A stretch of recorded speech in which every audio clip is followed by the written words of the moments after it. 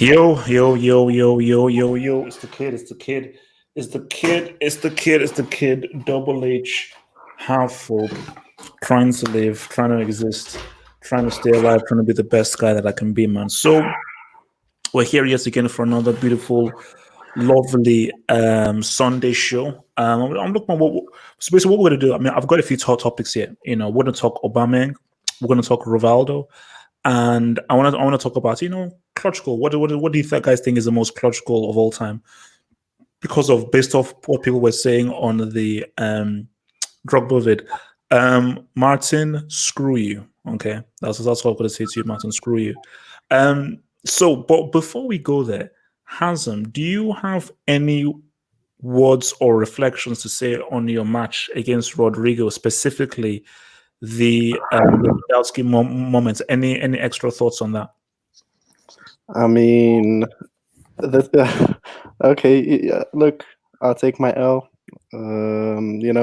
I made a mistake in that debate, but overall, I'm really happy because I think it was a pretty good debate, to be honest. And yeah, I think I won that debate, so it's quite good. Okay, so you feel confident that they got the W? Yep. Okay. I'm not like I say.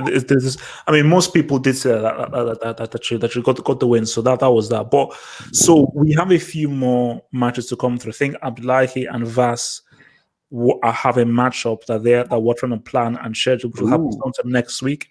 Yeah. And Tuesday we have Muged and the Muntaha. Oh, you guys read it. Yes, basically, what we have to, since that's like between Pogba and them Kevin De Bruyne. Yes, basically it's a Pogba double. So since that's like it's going to just a bit more planning that needs to be done for that before we confirm that. But that was a really funny moment, man. Someone needs to make like a compilation of like such funny moments in these debates and hangouts. No, we have to, man. We have to. Yeah. But also, so Tuesday we have we have Red Devil Studio against Saswat, which is going to be which is going to be Gerard against Skulls. So Red Devil Studio for Skulls and Saswat for Gerard, which will be happening Tuesday, I believe, 8 p.m. So it's going to be an 8 p.m. match that'll be happening, man. So look, man, before we're ready, so basically we're going to do these things and we're actually going to just kick it. So we're just send in questions, send in topics, and we're just going to have a nice, lovely conversation here with you guys, man. So first off, let's ride with this, man. Aubameyang. Now, before we really talk about Aubameyang to Real Madrid to begin with, so I'm going to come first to Abdullahi with this. Okay. So if Aubameyang was to leave Arsenal, do Arsenal get relegated? Or are they a mid-table team? Or could they actually still survive if Aubameyang was to leave them? For me, I think Pierre-Emerick Aubameyang is right now is their best player. People could argue with me and say Alexander Lacazette. But for me, Pierre-Emerick Aubameyang is the most important player for them right now playing. I think if Aubameyang, it depends on what Mikel Arteta wants. Did they want to buy a new striker? How much will a new striker cost right now? Because if you are looking at the whole transfer window right now, some of the strikers gonna be some of them who are be costing like 100, 120 are gonna be coming down. It depends on what Mikel Arteta wants for his team. Aubameyang doesn't play as a striker; he plays as a wing for Arsenal. It does not play as a striker; he plays as a wing. So it depends how Mikel Arteta wants to kind of put up his team together. But I think it's gonna be a massive, huge loss for Arsenal if they miss Pierre-Emerick Aubameyang because he's been their goal scorer consecutively 2 seasons in a row. It's been the Premier League high goal scorer for 2 consecutive seasons. So I think it's gonna be a huge loss for them if they lose Pierre-Emerick Aubameyang right now. It's gonna be a huge loss for them. So they need a huge replacement for Aubameyang. Who's gonna be a worker? Do I trust Lacazette? It's not been informed of the Lacazette I know. So it's gonna be a huge loss for them. Now it depends on what Mikel Arteta wants for his team. It depends. Okay, I mean, let me just hit this right now. It says Gatlock has a lot of funny HH moments. Laugh, man. No, he doesn't. Gatlock doesn't. There are no True, funny true, moments. true. I'm a very serious guy, man. Okay, so Oh there yeah, are no we all take L's. We all take L's. moments. No. We do take, but I don't take L's as big as you did. Those. That's my thing. What? So What? Are you sure? yeah. Okay. Look, man. Look. Come on. FG. So FG. If Aubameyang Yeah. was to leave Arsenal, can Arsenal still survive? My answer is who cares about Arsenal? And secondly, they're already a trash club.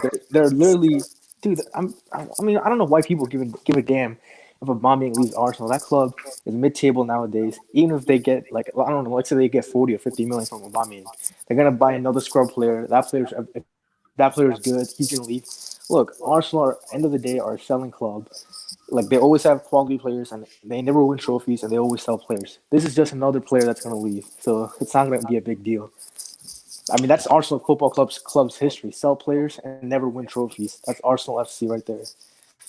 So you don't feel as if this would be particularly effed up for Arsenal if they were to lose Aubameyang, because I think that they're screwed if they lose Aubameyang, who scores so many goals for them. Do I they think do they get money? Do they get money for him or is it free? I think they can live for free. oh no, cash. Oh my god. Cash, because they I mean, if they get like 30, if they get like It's contract is by June. His contract is finished by June. well, I'm not basically for me. I mean, I think that they're gonna sell him for cash because I think what they want to do is that they want to ensure that they do it before his contract runs out. Because and let's be honest, His contract ends by June. His contract ends by June. So there's no way. Who wants to buy Aubameyang? Who won't buy less than 35 or 40 million. That's it. That's what I'm wait, is it June of this year? Yeah, this year June. Yeah. Oh yeah, Right. he's going for free then. I mean, because I thought it was June. I mean, if someone can tell me, like, It's 30 already. If he goes for free, that's an embarrassment. I'm sorry for yeah, Arsenal. basically, if somebody can tell us, so I think Rodney or Arsenal fans, tell us when does Aubameyang's contracts run out in the live chat? All right. And wait, and one more thing. Look, Aubameyang is not a great striker. First, that's my last point. No, that's not true. Wait. Well, I'm going to get to that because we're going to talk about whether he can fit into Real Madrid. So, Hazel, what about you? If he leaves Arsenal, can Arsenal survive? So if he leaves Arsenal, can Arsenal survive? Man, to be honest, like if he leaves Arsenal and it's in June and they don't get anything, I think it's going to be really bad for them. And even if they get some money from it, how are they going to spend it? Because the Aubameyang transfer was some of the only smart money they spent in recent years, because he actually contributed a lot to these guys. If you look at Arsenal's transfers, Lacazette and Aubameyang, they actually contributed a lot, and they're the reason Arsenal are still in the top 10 of the table. Okay, because with that defense, they could easily be in the even in the relegation zone, to be honest. And the amount of times Aubameyang has come in clutch for them, saved them, even equalize it, not necessarily win, at least get a point. Aubameyang has been so important for these guys. So without Aubameyang, I don't know. Usually, like I said, without Aubameyang, he's had some good performances, but usually when they're playing together, that's when they actually have a proper attack. And I think Arsenal need to change their board first before thinking about, because they don't really have a plan. First of all, they need to get a world class coach, because I'm not convinced by Arteta. So once they do that, then they can think about selling Aubameyang. I don't know why I think it's Aubameyang's choice if he wants to leave. Yeah, no, I mean, because he can't really win any trophies there, though. That's the issue. He said they want to win the Champions League. Look, they're ninth place, so I can understand why Aubameyang is getting frustrated over there, because when he was in Dortmund, and he at least he was like, they were going into title challenges and stuff like that. But here he's just competing for top scorer, and he's just going for individual trophies because he can't really do anything. And they're not in the Champions League, obviously. And I don't think Arsenal is a really very big club, like a huge stature. But they're a fairly big club in England. So I think Aubameyang has high ambitions. And if Real Madrid's interested, like, you have to go, Mhm. And I don't know if is Real Madrid like strongly interested. Oh no. I mean, we will get that because I have definitely been reading links that he's one of the players on their list. That's what I'm saying. So because your boy Vas, man, can Arsenal survive if Aubameyang leaves? Can they use? Well, if they can sell Aubameyang, do you think they can attract another top striker? Because obviously Rodney says that he has 1 year left, so it's up at the end of next season. So his contract runs up next season, so they can still send him for some cash. So do you think they can survive? Because Anelka left, they survived. Henry left, they survived. Van Persie left, they survived. So can they survive? I mean, it depends on what you mean by survive. I mean, as a club, of course, they're going to survive. Of course, they're going to be in the So okay. So what I mean is that can they still be able to compete once he leaves? Can they still basically be able to compete for top 4 or even for the title if he was to leave? Oh no, dude! Like even if he stays, like they're not going to compete for the title, and if he leaves, they're not. As it is, they're not competing for top 4 in my opinion, dude. Because like, okay, yeah, they're in the conversation, but realistically speaking, dude, like I mean, who backs Arsenal to make top 4, even with Aubameyang? So they're not going to make top 4 either way. I mean, nothing's going to change really, dude. They'll end up like 6th, 7th, like like just like how they've been doing. It's not really going to change much, dude. Like, there's only so much like you can beat a dead horse, dude. Like, I mean, that's what Arsenal is at this point. As far as attracting another top striker, I mean, from a logical point of view, any top player like shouldn't want to go for Arsenal, dude. But at the same time, there's a lot of idiotic people out there.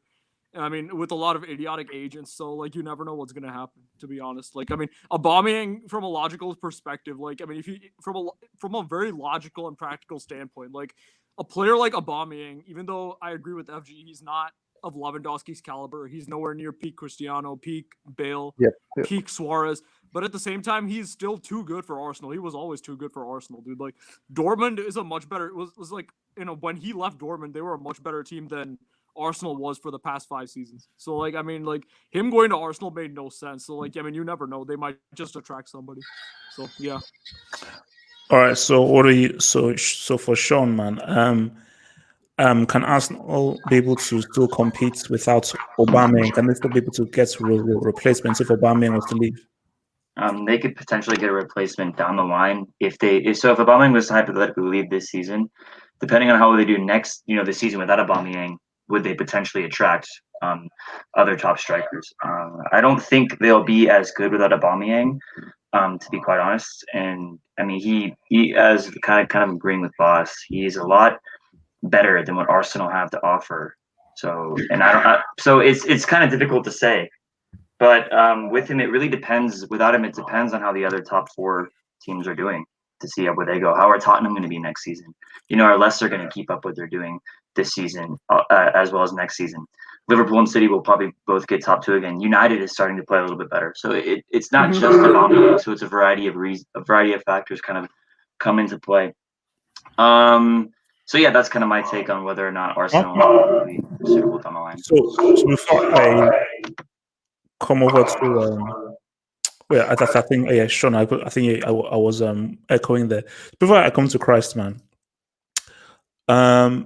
HH, you need more objective members. Get rid of FG. FG, can you please respond to this cruel slander at you? Because there are a lot of people that want me to can I please land? FG, there are a lot of people that want me to get the hell out of people because they say that you are a fanboy, you are extremely biased, and all you do is hate on teams. So I want you to respond specifically to this dude called Buttersops who said that you're not objective, and I want to get rid of you. Please, can you respond? First of all, this Buttersops guy spends 3 hours listening to me every Sunday night. So I don't know what's this guy's problem. If you don't like it, stop watching the damn thing. And secondly, you're an Arsenal fan, and your club sucks. You're never gonna win a league title. You're never gonna win the Champions League. So yeah, that's my response. So actually, couldn't there have been a more civil, nicer way? Oh yeah, I forgot. And go fuck yourself too. Okay. All right. Okay. You see, guys, let me just say this: like HH man, what's going on? HH doesn't sign off for the comments that are made here. The people I hire are those guys I find on the streets. These are not the guys who I know. I just find these guys on the road, and we just come on and kick it. Please, Christ. If your French Aubameyang, teacher must be proud. Easy. So surprised if Aubameyang was supposed to leave Arsenal, um, can Arsenal still be able to compete if they make another big signing? Honestly, man, Arsenal have so much bigger problems than just Aubameyang, man. So for me, it doesn't really matter. I mean, with Aubameyang, I mean, he's helping them in terms of goal scoring. But I think, man, that they have so many weaknesses that it doesn't even matter at this point because, like, their defense is shit. Their midfield is weak. They have goalkeeping issues. And their whole team is just like it's pretty weak compared to the rest of the top four in the EPL. With all the respect to Arsenal fans, I'm just stating the hard truth facts. Yeah, so I think, man, I don't think it matters, man. I think they need to just like they need to find a way to build a team, and it's kind of hard to do that right now because like they're in a bad situation. So that's what I would do, man. So for me, it doesn't really make a difference, man, because like it's not like they're a striker away from like winning something. You know what I mean? So that's what I think, man. Okay. So this was just from Daniel Jones Ortega here, who says that FG is my hero. So, well, FG, you do have here fans, but FG, because I like to always share nice comments with you. This just says here, get rid of the General Franco fanboy out of here. Bye bye, FG. So, Oh, FG, can I respond to that? no, FG. No, why? no, I'll be. No, I just want to tell him some history lesson of Barcelona. First of all, if you call Franco built Barcelona, you should be on your knees sucking up to that guy. And during Franco's reign, Barcelona won more trophies than Real Madrid during that time period. So get your stupid, retarded comments out of this section and just get out of here because you clearly don't know your own history. And second of all, you're just a dirty Catalonian scum who supports Barcelona. No. So get a Remove this guy. reality check Remove and this guy. support Remove this this guy. real damn H, team. remove this. No, get out of here, man. Remove this guy. Okay, What? wait. Hey man, if you want the smoke, I'm gonna give all the smoke back. If you want the smoke, Isn't there a difference between personal? I'm with FG, dude. I'm with FG. Bro, FG is remove right. this guy. Okay. Look, order in the court. Under the courts now. We just open up a can of worms. Guys, we can be civil here.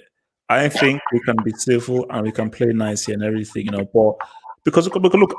No. The thing I want to just try and explain to people here is that look, I mean, there are people. FG is what he is, man, and I just don't think that don't take these things personally. The beauty about this hangout is that we just try and keep things as relaxed and chill as possible. s- okay, see, I'm not sure whether I want to actually read this, but read it. okay, you know what? Okay, look, I saw it already. let me just put a caveat, guys. I know that I have to read super chats, but from henceforth, I will not be reading any abusive super chats. So you'll be wasting your cash if you put any super chats that are abusive, racist, or sexist, or so forth. So this guy says apparently Ronaldo just said FG is better than Jorginho. Okay, I don't even want to go there. I don't want to go there because I think this could just end up being pretty wild. So I want to go for this Real Madrid now. I want to come to Abdullahi here. So Abdullahi, Yeah. Real Madrid are not the Real Madrid during the Cristiano era. They're not the Real Madrid during the Galacticos era. So I don't really understand people who say, "Oh no, he isn't Real Madrid quality" or so forth. Do you believe that Real Madrid, if they have the opportunity, should go out and get Aubameyang, or do you not believe that Aubameyang is fit for Real Madrid? Firstly, for me, I think Zinedine Zidane is the key for getting Pierre-Emerick Aubameyang because we need to see, does it fit in what Aubameyang, does it fit in what Real Madrid want? Because what Real Madrid need right now is a Galacticos. Since Ronaldo left, there have not been Galacticos in that team. There's a missing link in that team. They need They need to build a dynasty back. The Galacticos, the BBC is missing. That is what is missing in Real Madrid right now. Pierre-Emerick Aubameyang is a striker, is not a winger, but he could play as a winger and also as a striker too. So if you want to bring in Pierre-Emerick Aubameyang, we have to ask Zidane, does it fit into what Zidane wants? That is first question. We need to ask, Okay, but in your personal opinion, do you think he fits into the Zidane setup? For me, I don't really think so because Aubameyang is 30 years. He's gonna be 31 next year. He's 30. So I don't think Madrid should go all out for Pierre-Emerick Aubameyang. He's a very good goal scorer. but I don't think they really need to go all out on Pierre-Emerick Aubameyang because one, people may say Benzema is trash, Benzema, but he's still a goal scorer. He's still scoring. As far as Zinedine Zidane is the coach of Real Madrid, I don't see them going for Pierre-Emerick Aubameyang because one, age factors matters. How long? How many contract years will they give Aubameyang? 3 years, 4 years? I doubt it. So it depends on what Zinedine Zidane want in his team. Do I want Aubameyang or no? Or do I want to settle for like a young, proven goal scorer in my team? It depends on what they want. Because right now, I think what Real Madrid need is right now is a winger and a striker. They need to build they need to build a dynasty back like Galacticos. That's what they're missing right now. All right. So Vas, what about you? How do you view this? No, Abdullah is right to an extent, dude. But the thing is, I don't think you can just bring a Galacticos era. Like, so he's saying like the Galacticos era was defined by the front lines of Madrid, like the BBC, right? That's actually a very correct like viewpoint because, in many ways, this Madrid is a lot similar, like a lot more similar to the 2016-17 and the 15-16, the good Madrid seasons. You know, like in many ways, dude. Like, for example, at some point in this season, Madrid had conceded even fewer goals in the league than Liverpool. And some of the midfielders in Madrid, like Casemiro and Cruz, are having their best ever seasons. The problem is the front line. And the reason that Madrid can't really beat Barcelona in the league this season, and we're going to finish trophyless, is because we don't have enough goal scorers up front. Our front three is pretty weak. And I'm sorry, but Aubameyang is a very good short-term solution. If you give him a 1 to 2 year contract, I think like Madrid probably win a league.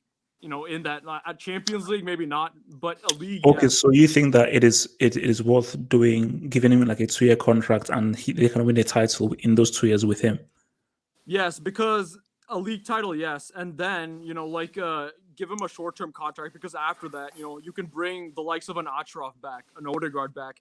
You can go for an Mbappe whose contract at PSG is running down.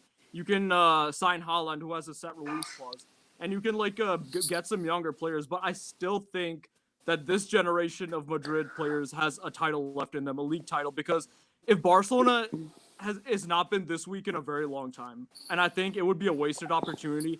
Like I don't know if Barcelona has that much money in their war chest for the summer. I don't know what kind of players they're going to buy. I don't think they're going to make major signings because they wasted a lot of money. So if Madrid don't get Aubameyang, they're an Aubameyang away from a league title because the quality in Spain right now isn't what it used to be either overall. So if you like, I don't think Madrid should pass up. Also, okay, but Sarek just says a 1 or 2 year deal. What's the point of that? So what is your argument for doing just a 2 year deal rather than trying to buy a younger player like a Timo Werner who can give you 5-6 years? Okay, because number one, I think Aubameyang is better than Werner. I really do. And for Haaland, I think like I would, like if Haaland keeps playing like this, obviously I'd rather sign him than Aubameyang. But Haaland is an unknown quantity. Okay, we don't know if he's gonna be consistent like he was this season, next season, or the season after that. I think we should give the younger players out there some more time to judge them better. I think Mbappe would be a really good signing, but signing him now is not very practical because he would be a lot more expensive now than he will be in a year or even after that. I mean, if Mbappe is not signing a contract extension with PSG, so we potentially could get him on a free, like in 2 years. I think we should just wait. Our loanies, we should like give them another season. We should give Haaland another season and Mbappe another season to judge their consistency.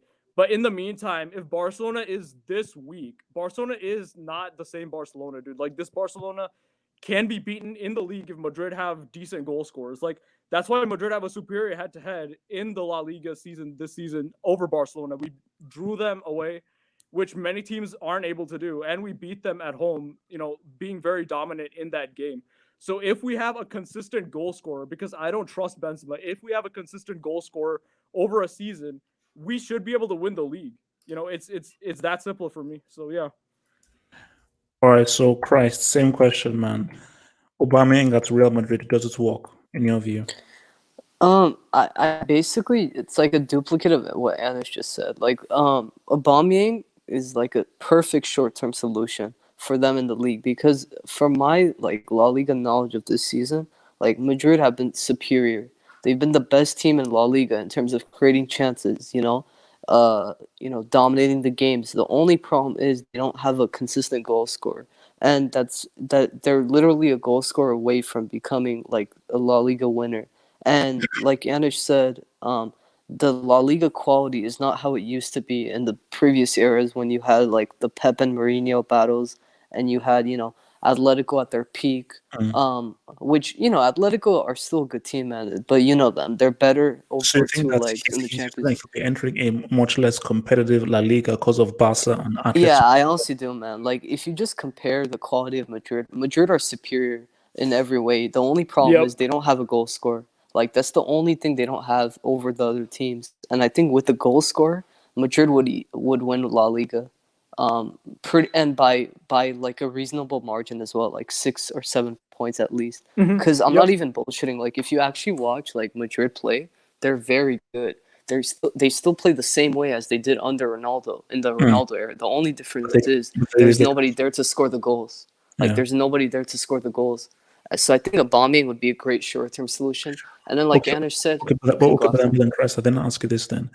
If you Yeah. bring in Aubameyang, because I believe his best role is striker, where would you play him if Benzema is still there? Dude, I 4-4-2 wouldn't play dominant. Benzema. I wouldn't play Benz. I mean, actually, I would play Benzema. Similar to 4-4-2 diamond. And I think Benzema is a great link-up player for a player like Aubameyang. And I think Benzema's role as a link-up player is much better and much more suitable than Benzema being your main striker, because Benzema is not that striker who's gonna bag you 35 plus goals as the main striker. He's capable, but he's not like a main striker. He's better as a link-up striker, in my opinion. And from what I've seen in his Madrid career, that's what's been helping him, become the player he is today. So I think Aubameyang and Benzema up top is a great duo to have, especially when you consider the midfield options Madrid have to like give him service, to give Aubameyang service. From the crosses out wide, from the middle with Modric and Kroos. Marcelo. Marcelo's older, but Carval, and then man. So that's what I Okay. think. So wait, let me just take this in. So yesterday says Madrid are saving money for Mbappe. Yeah, look for me. Now, if my is yes, but if Aubameyang doesn't sign a new contract extension, then what you're gonna have is them getting Aubameyang for a much lower price, which would still leave funds available for them to eventually get Mbappe. Mbappe is the number one priority, but because Aubameyang is not going to sign a contract extension, Real Madrid could find themselves in a space where they could get both Aubameyang and Mbappe would be flipping huge for them. So, Sean, Aubameyang to Real Madrid, does it work? Would you roll with it? Yeah, I would do similar to what Christ said. You can do a 4-4-2 with him. I would do it. Short term wise, I would do it. Or you can do a 4-1-2-1-2 wide. I think that could also be an option with Benzema and Aubameyang up top, and Benzema being more of the link and having Aubameyang making runs in behind. I think it'd be an interesting solution, obviously, in the short term. Would he fit their style of play? For some reason, I don't find Aubameyang that technically sound in terms of if they were to play like anywhere near possession style. I think he's better when you're playing a little more pragmatically and you're on the counter a lot. I think that's where he's a little bit better. And obviously getting crosses into if whoever's playing left and right back for Madrid, and Marcelo's a little older, and then obviously but Carvajal. So it would be interesting, but I think the issue with Madrid is they're going to have to act relatively quickly, considering Barca are on the verge of potentially signing Lautaro Martinez, and if they get another striker to go along with obviously Messi's creativity, it could be problematic for Real Madrid if they don't find someone that can put in these goals. Because they're right, Boston, Christ are right. Real Madrid are creating a lot of chances, similar to what they were creating throughout the three-peat. The only difference is they don't have that guy that can put in 50 goals a year. So when you don't have that, and then your main competitor is Barcelona in the same league, who has a guy that's doing that, it's going to be tough. So what you have to do is you have to find pieces that can do that. And in the short term, Aubameyang can. If you play with, I think, two strikers as Benzema as more of the link-up player. But also, if you want to save up money for Mbappe, you're going to have to get rid of some of the resources that you already have, because he's going to be really expensive, especially on today's market. So there's a lot of different factors to take into account. Do I really think Aubameyang can fit in? It depends how Zidane wants to set up tactically. because I do think Aubameyang is limited to certain styles of play. So I think they'd have to play far more direct.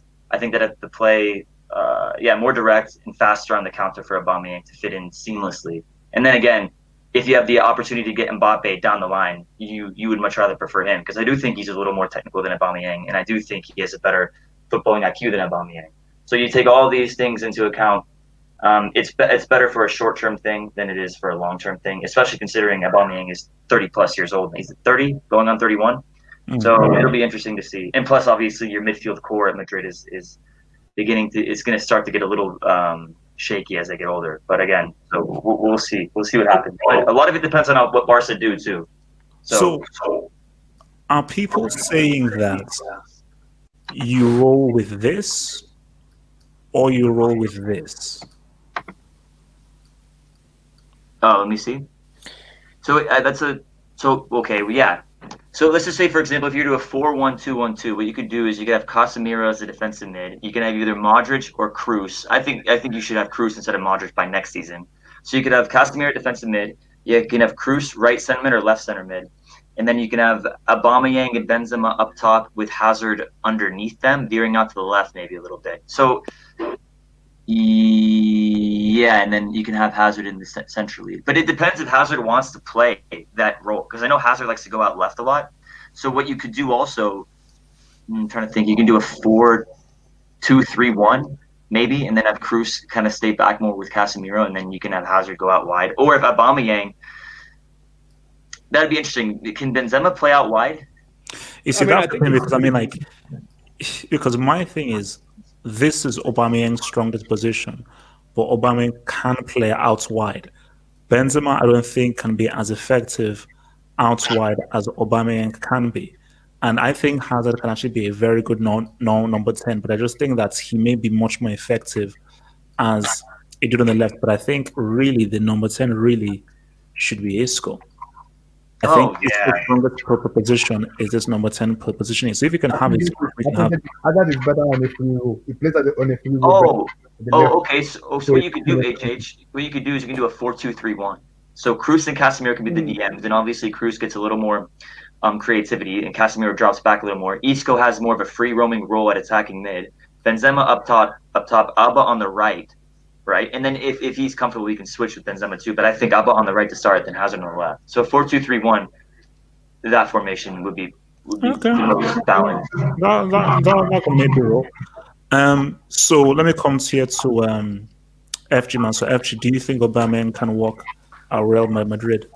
No, man. First of all, Aubameyang is never going to Real Madrid. He's not Madrid quality. If he couldn't go to Madrid 3 years ago when he was like 27, 28, younger, when he left Dortmund in the first place, he's never going to get here now. I think Madrid, the best thing Madrid should do is sell Benzema. That guy, I don't know how he's been here for 10 plus years. And the worst part is the two biggest Benzema fanboys are Florentino Perez and Zidane. So I don't think he's ever going to leave. No one's benching Benzema until he retires. But there's two things Madrid could do this morning. One, they can get Ronaldo back. That fixes everything. Or two, they can get Haaland and Mane. That solves all the problems right there. Bro, I'm telling you, man, Haaland is real. If you put Haaland, who can give you 40 goals a season, and Mane on the left, who can give you 25 goals a season, that's enough to win the La Liga and probably compete for a Champions League, because their midfield, Kroos and Casemiro and Valverde is having their best ever seasons.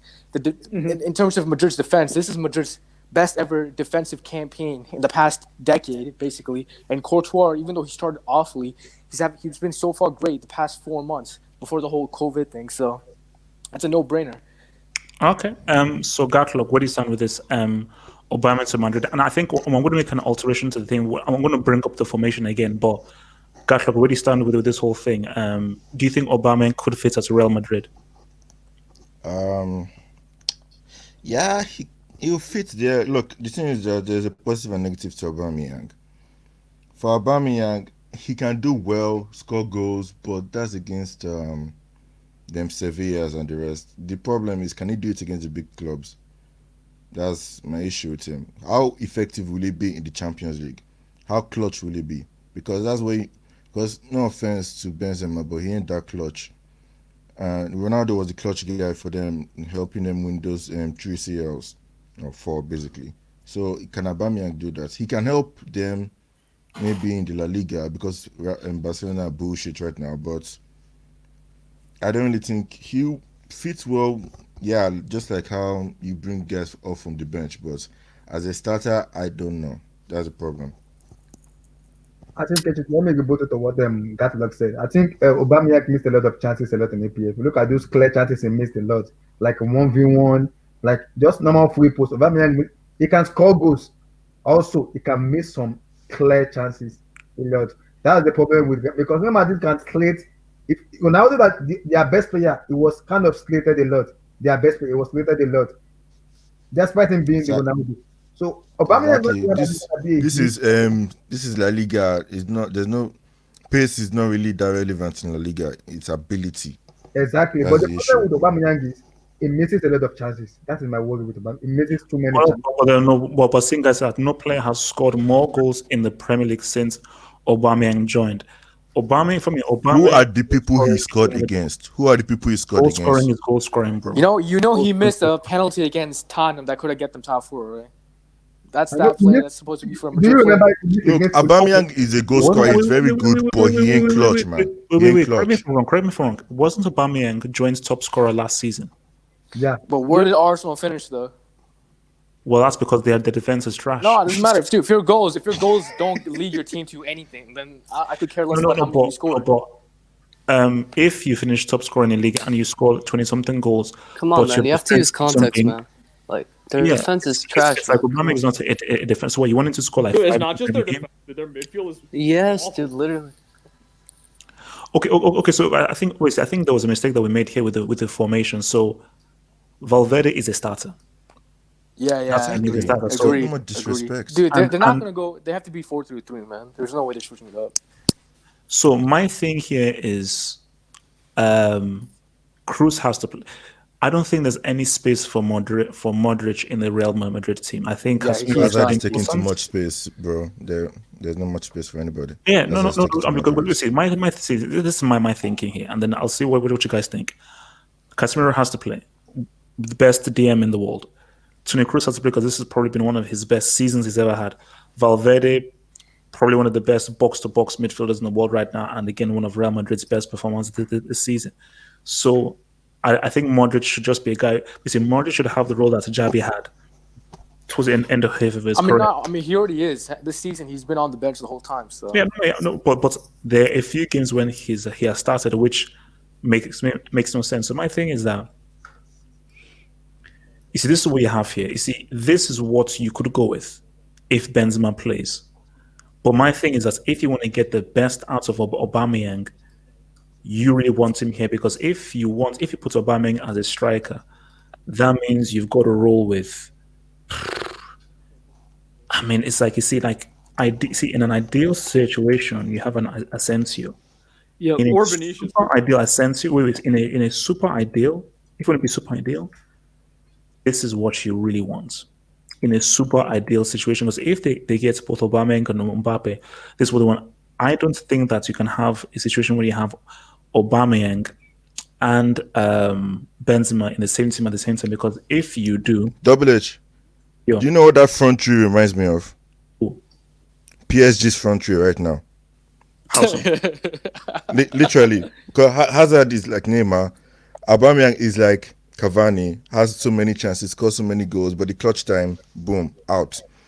Olympiacos is a very perfect example. Look at the amazing goal he scored, but the last chance in the game fell to him, and he goofed it. I mean, no. Look, it's like, but then okay. So, are you saying that if Aubameyang is available, Real Madrid shouldn't go for him? They should just focus on. Dude, they Mbappe shouldn't. and Why, Benzema? dude? They why would should you- go for he's him, not- he's not but Madrid I'm quality, just man. saying he's not going to be a starter like that, man.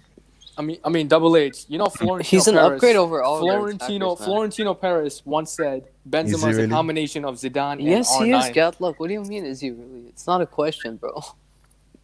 Bro, like Which of Madrid's I attackers still have my are I still have my on doubts Aubameyang's over level? Aubameyang, because look, Aubameyang for Dortmund, Arsenal, cool. Those are the kind of levels, but getting to Real Madrid's level, who want to always compete, and the treatment you get from the Real Madrid supporters is going to be completely different. It's a different mentality. Just because you have the talent does not necessarily mean you give it out on the pitch. That's the issue nowadays. No, but the Or thing else is, bro, Coutinho we're will be not talking. thriving well in Bayern. The thing is, we're not saying Champions League, man. We're just saying like for the league, at least goal scoring issues, he can solve it, man. Like he's better than all their attackers in terms of No, goal they scoring. need wingers who can Okay, score in goals. that That's what they situation for need. the league, yeah, I guess.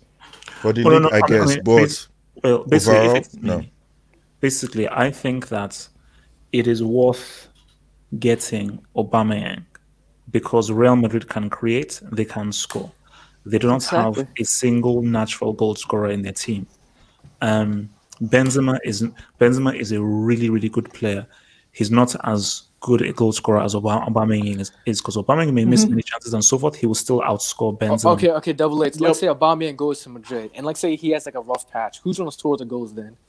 Then Hazard, Benzema can chip in. Vinicius, Bale. Well, that's like hypothetical. you need wingers who can score goals also. That's what you need. I'm telling you, man, you got just get Mane. That's all they need. No, but FG, what I'm saying to you is that Aubameyang has better movements and better striker instincts than Benzema. Benzema is a better player than Aubameyang is, but in terms of making those runs into the box and just anticipating where you need to be inside the box to try and get yourself in goal scoring chances, Aubameyang does it better than Benzema. And if you're a team that creates so many chances like Real Madrid but can't score, you need a natural goal scorer. And nobody in the Real Madrid team is a high proficient natural goal scorer. Like Benzema is clutch, but being clutch doesn't mean you're a high volume goal scorer. Drogba, He's not clutch either, man. He's not clutch either. Yeah, he's not even. He's just there. He's just there. so you're saying Benzema has not been clutch at all. I mean, Double H, you're the same guy who called this man useless. There's like a 30-minute video of you insulting this guy. Look, FG, I know that you love Double it. A gets a lot of things wrong, bro. You can't take him seriously that much. But FG, without Benzema, Real Madrid don't win those 3 sales. What?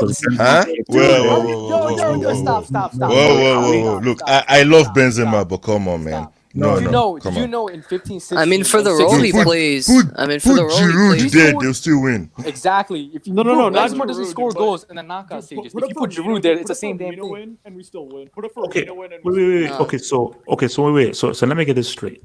And I hope the live chat is listening as well. So you're telling me that if Giroud was not Real Madrid team instead of Benzema, they still win 3 Champions League. No. Yes, no, all they have to do, no, all AJ, Benzema no, did, AJ. all Benzema No, did no, no. in those Okay, wait, games. wait. No. Let me You give guys the are facts. Let disrespecting me give Benzema, man. let me You give guys you are the facts. disrespecting Let me Benzema. give you the Relax. facts. Let's Relax, go. relax, man. Wait, so we can hear what everyone is saying. Let's go one by one. So Abdullahi, Yeah. if Real Madrid did not have Benzema, but they had Giroud instead, and they didn't have Benzema, do they still win those 3 CLs in a row? Of course, they will win the CL without even with putting Olivier Giroud in that team. They're still gonna win the CL because it's not Benzema wasn't even the key for them winning Champions League. It was Cristiano Ronaldo who was the key. And Sadio Mane. Ronaldo, Modric, Ramos. That's those three. FG, relax, man. So you can even Olivier Giroud. I would say Batshuayi. If who was in that game, they will win the Champions League. Abdullahi, Abdullahi, relax, man. chill. I'm serious because that game, because you have a goal scorer in Ronaldo who can deliver for you. So what Benzema was doing is link up to Ronaldo and score the goal. That's it. That's what they do. That's why it's in place for a 440 diamond formation. It will tell Benzema, you be the one linking up to Ronaldo. Let him be the goal scorer. Let him score the goals for you. So that basically what you're telling me is you are telling me Benzema is just like a status in Real Madrid in Zidane's team. You're gonna be the link up, then give it to Ronaldo and score the goals. That's it. So for me, take out Benzema and put Giroud. Real Madrid to win Champions League back to back. Okay. I mean, okay, wait, before I come back. Disrespect. You see, Red Devil, this is just being blasphemous right now. I mean, see, you're not Actually, taking it. Peter You know, Crouch you would see- score goals you see- against you see, Bayern. Red Devil Bro. He would Studio, score Red Devil goals. Studio. You are a smart, intelligent dude, Peter Crouch. So you're saying that Yo, a Peter little Crouch is clutch. lamppost. You see, guys, this is just being disrespectful to Benzema. But No, look, let me Crouch Vas, had like 60 or 100 goals for Stoke City, bro. FG, can you just pipe down? Vas, if Benzema isn't in our Real Madrid team, do they win 3 CLs in a row? At first, I kind of agreed to, but the more I think about it, dude, Benzema actually did a lot in that team. Like, he actually did a lot in that team. I mean, people said Like in the what? 16-17 campaign Yeah, let him land, man. Let him that- land. Yeah, people said in the 16-17 campaign that Morata would have been a better choice for Real Madrid up top because he was scoring all those goals in the league. But Zidane always put trust in Benzema, and Algerian like connection, bro. the seasons following that, dude, there's too many trolls here, dude. Like the seasons following that, you could really see what Benzema did. Like even against Bayern Munich, dude, those two legs in the 16-17 season, dude, you could really see. Like the way he was helping build up play, the way he was helping like bring Cristiano into the dude, game. isn't that what that's what Wasn't everyone he else said? benched? And dude, Wasn't he he's benching only both good legs? No, he's only good for Hey, build-up. man, let him land, man. Let this man Dude, land. there Vast were land, a man. couple of games in the 17-18 season, dude, like the second leg against Juventus in the Bernabeu, and the first leg against Bayern Munich, right after that, where Benzema was dropped, Cristiano was played as a proper number 9, and Cristiano really, really struggled to get into the game because Benzema would hold up the ball, he would link up play, he would, occupy defenders, help Cristiano to score basically.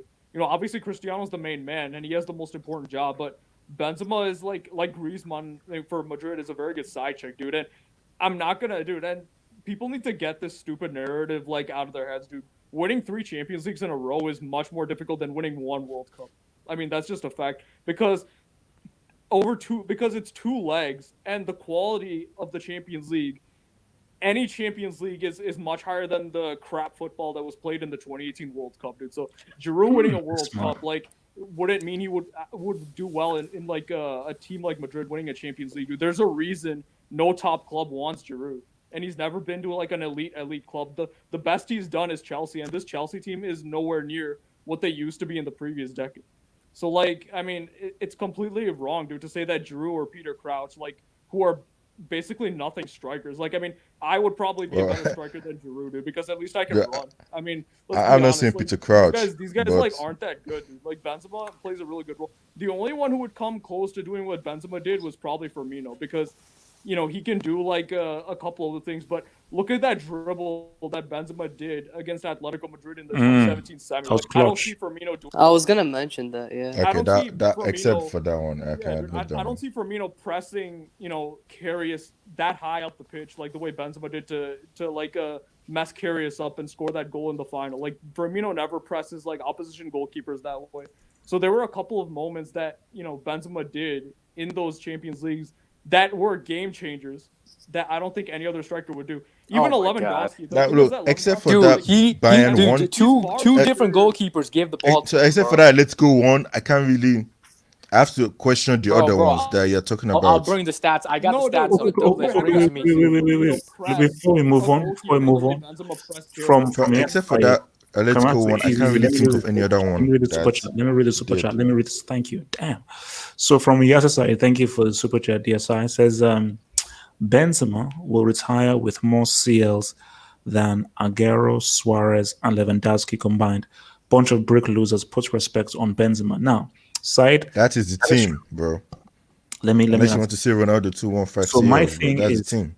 My team is my thing is that yes, that is true. That is very true. But you have to look at the team they're playing for, the coach and the manager and everything. So, but people will say that Lewandowski did play for a peak Bayern Munich with a Pep Guardiola who had just won a treble and some sales already. So Lewandowski definitely had the team to say no, that Bayern team was stacked. So yeah, so I don't think Lewandowski has that much of an excuse. So let me come to Christ, man. So Christ, where do you stand with this? Did they need Benzema for the 3 sales? Man, I've been dying to get in this conversation. You guys are so disrespectful to Benzema. Do you guys watch football at all, dude? Do you guys understand the definition I see him not scoring dude, goals in Champions League. Dude, he scored. Okay, let me throw that narrative away, dude. Okay, in 2018 against Bayern, okay, when your goal disappeared in that whole semifinal leg, Benzema scored a brace, okay, at home at the Bernabeu against Bayern, okay? That's 2 tap-ins, bro. 2. No, actually, it was not a tap-in. It was a clean header, okay? It was a tap-in first goal. And what did Ronaldo headers? You could have done the same thing. If you guys want to talk about tap-ins, Ronaldo scores tap-ins as well. Yeah, okay, I'm not gonna. Yeah, that's true. Guys, I'm gonna start muting guys. guys. If you keep talking over Christ, I will mute you. So this is your final warning. Okay. Christ, finish. People, don't understand the definition of being a good footballer, okay? Benzema creates so much space for Ronaldo, not to mention his link-up play, okay? that he provides for Ronaldo in that specific season and in the three-peat. Not to mention the important goals that he scored as well, like I just mentioned against Bayern. Okay, that important moment against Atletico where he dribbled past Godin and created that chance for Isco to have a shot, which Cruz to have a shot, which led to an Isco goal. Okay, that's two. Third of all, Benzema has proven to be a good goal scorer if you guys want to use that against him. Because in 2014 at the World Cup, he was one of the top scorers in that World Cup for France, okay? So to just disrespect Benzema like that and say names like Giroud or Batshuayi would do a good job, like that is just disrespectful to Benzema. I understand he's not a great striker in terms of goals. I understand that. But you have to respect him as a great player because what he did in that Madrid team is underlooked because of the lack of goal scoring. He was sacrificing himself for the better of his teammates. Okay. So yeah, man. That's Can all I counter that, please? Let me go. Okay. Gatlock. Hit it. Gatlock. All right, look, I'm not saying Benzema is shit, okay? I'm just saying that he was not that important in the three-peat, man. What I'm saying is that what you are talking about, what Benzema did, what is the difference what Giroud can do, basically? Giroud too is not known for all the goals he scored. Giroud can't score goals like Benzema can. Okay, Gatlock. Let me like just I said, that Bayern game where you guys scored the header and the tap-in, and in the final. That was not a Let me guys Marcelo chill. Cross. Let me push back a bit. My thing here is Talking about Ulrich's mistake. so wait. Let me push back a bit right now. My thing here is you don't stop bringing up Giroud because Benzema is a far better quality football player than Giroud is. Does he have a World Cup? Merely Does he have a World Cup? Let me land. So if you guys are literally telling me that Benzema and Giroud do exactly the same thing in a football team, you clearly don't watch football. You clearly don't, because Dude, if he's you doing the look bare at minimum. Giroud, That's not exceptional. if you look at Giroud and look at Benzema and say that these guys do the same thing, then I don't know what you're looking at, man. Because Benzema is a guy where he can do stuff on the ball. He's got a footballing brain. There is no way in hell Giroud can execute that dribble against Atletico and assist Thank you, man. the way that Benzema can. So, Gatlock, continue. That was just me explaining. Gatlock. Dude, I'm not saying that everything they do is exactly the same. I'm just saying that Benzema was not that important to the three-peat, dude. Because except for what he did against Bayern, which I still believe anybody could have done, and in the final where he scored that Carrier's bullshit goal, I still don't see what this guy does that Giroud cannot really do. I really don't. 2014 World Cup is a perfect example. Giroud can never be a top scorer for a team Giroud like won that. a World Cup with France, unlike Benzema. He didn't become. He wasn't a top scorer like Benzema was in that World Cup for France. he did. Can I chime in on this topic? Are we talking about scoring goals now? Because that's different. I'm countering FG. I'm countering FG. Look. Let's He put said the he's FG not now. a good goal scorer. Okay, so FG. Why do you think Benzema wasn't that important for the three UCLs? Look, man, because he gets praised for doing the bare minimum. If you're a striker and you only do link ups and 1-2s, that's not impressive. He wasn't even that important. Like Ronaldo, Modric, Ramos, Cruz, Casemiro, Marcelo, Navas, they were all far more important than Benzema. And if you want to talk about goals, look, Benzema in the 14-15 knockout stage in Champions League, 0 goals. 15-16 knockout stages, 0 goals. 16-17 knockout stages, 0 goals. 17-18? Yeah, he scored 3 goals. 2 of those goals were from goalkeeper mistakes and 1 was an open header. You're telling me that guy is important for a three-peat? No chance. Look. I'm not saying Benzema was a bad player, but guess what? He's not that great. He's doing the bare minimum from a Real Madrid striker. If you're a Real Madrid striker, he's doing the bare minimum. FG, let me ask you this. Are you saying that all there is to football is goals and assists? What I'm saying is that if you put a better striker up front over Benzema, Madrid not only win Champions League, they'll win more league titles. Bro, Benzema can't be the number 1 striker when he's playing with Ronaldo, bro. That's what you guys don't understand, talking about? bro. You're telling me he can't score 30 goals a season? He has to sacrifice for Ronaldo because Ronaldo's the main goal scorer. Okay, guess what? Benzema's the main man. Benzema is the main man for Real Madrid for the past 2 seasons, and they're going back-to-back trophyless seasons. So what are we really praising? We're praising a brick who can't do anything other than rely on Ronaldo to win him trophies. Okay, So no. To be wait, fair, He to scored 30 Benzema, plus Do I get goals it? Do I get last it? season. you can't He really scored 30 compare. plus goals Let me You last can't really season. compare what is that Real missing? Madrid before to now Wait. because they're Okay, so FG, let me ask you this then. Are you telling me that Cristiano Ronaldo has no blame for 2 league titles in 9 years? All the blame is on Benzema. No, the blame for the league titles is easy, man. It's for Benzema and Sergio Ramos. Sergio Ramos cannot defend for a 38 consecutive game season. If you want to win the La Ligas, if you want to win league campaigns, you got to have great defensive defense. Okay, You so should have no, a great no. defense, Okay, and Madrid don't okay. have So that. no, wait. But FG, so you said that Benzema is to blame, Ramos is to blame. So you're saying Cristiano should shoulder no blame for the lack of league titles. I mean, if the guy is giving you 60 plus goals a season, 15 to 20 plus assists a season, I don't know what more can you do. You want him to score 100 goals a season? You want Ronaldo to defend also? I mean, what more? He's doing his job to the maximum. But wait a minute. But FG, weren't you the same person who said that? So what if Aubameyang scores all those goals? Those goals didn't lead to wins. Oh, Points of those yes. goals.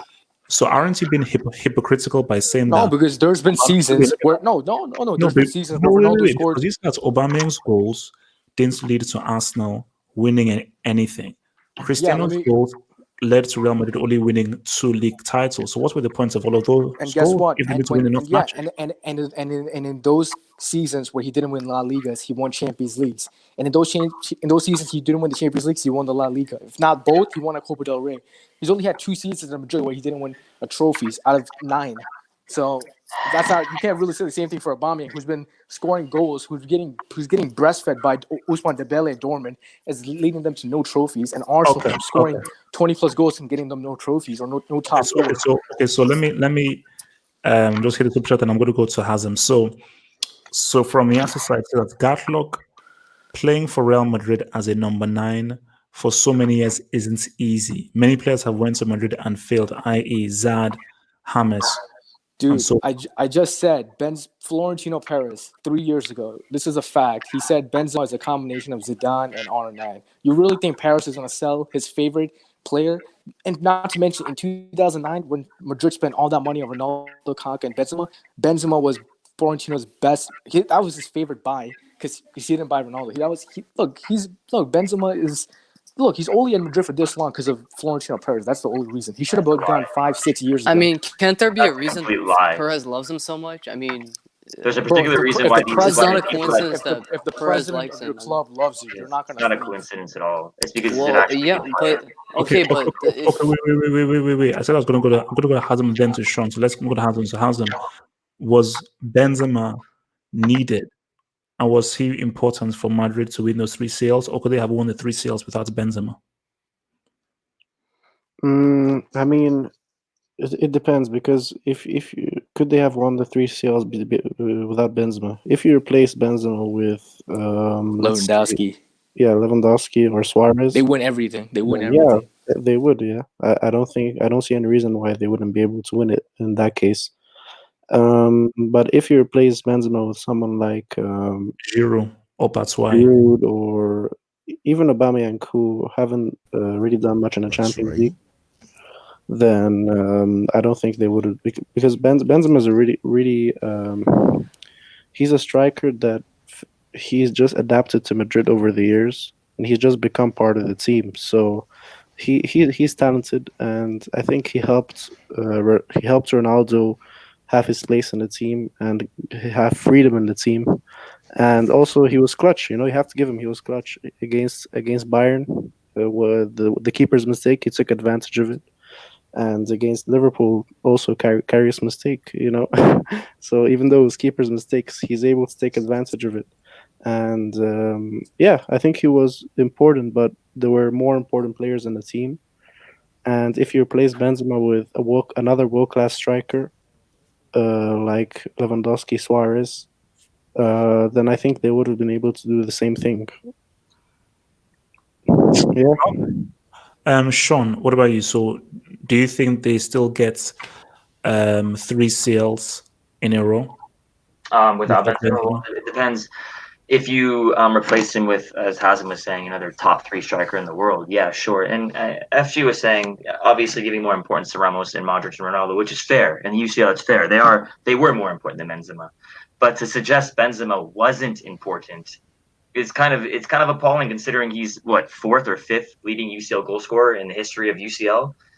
Not only that, like as Christ is saying, the runs he makes, the off-ball movement he makes, his link up is really underrated and incredible. And if you're trying to compare Giroud with Benzema's link-up play, then you're just delusional, considering Benzema does what Giroud does at a far higher level, far higher.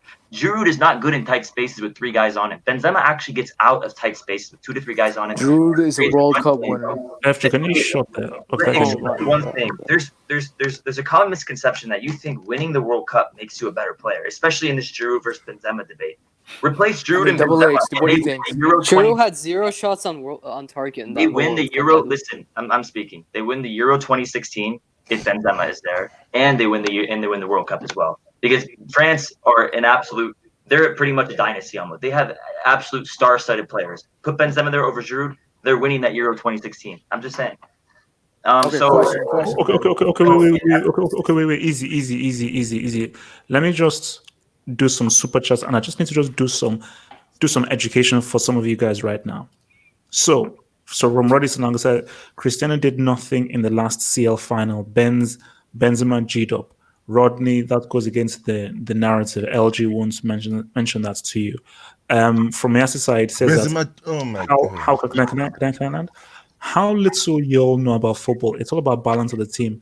Suarez and Lewandowski cannot play with Cristiano Ronaldo. It's that simple. So let me just stupid or what, bro? Great players can play with great players. Hazem, easy. Hazem, relax, just chill. So if Giroud was to play in this team,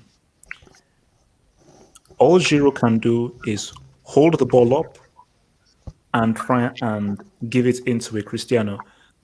You're not giving that ball to him in feet. Giroud in positions here or here is literally useless. He is literally only useful if he's over here. On all he can do is either pump crosses to him up in the air or give him the ball, and so he can now produce a one to further Cristiano or Bale.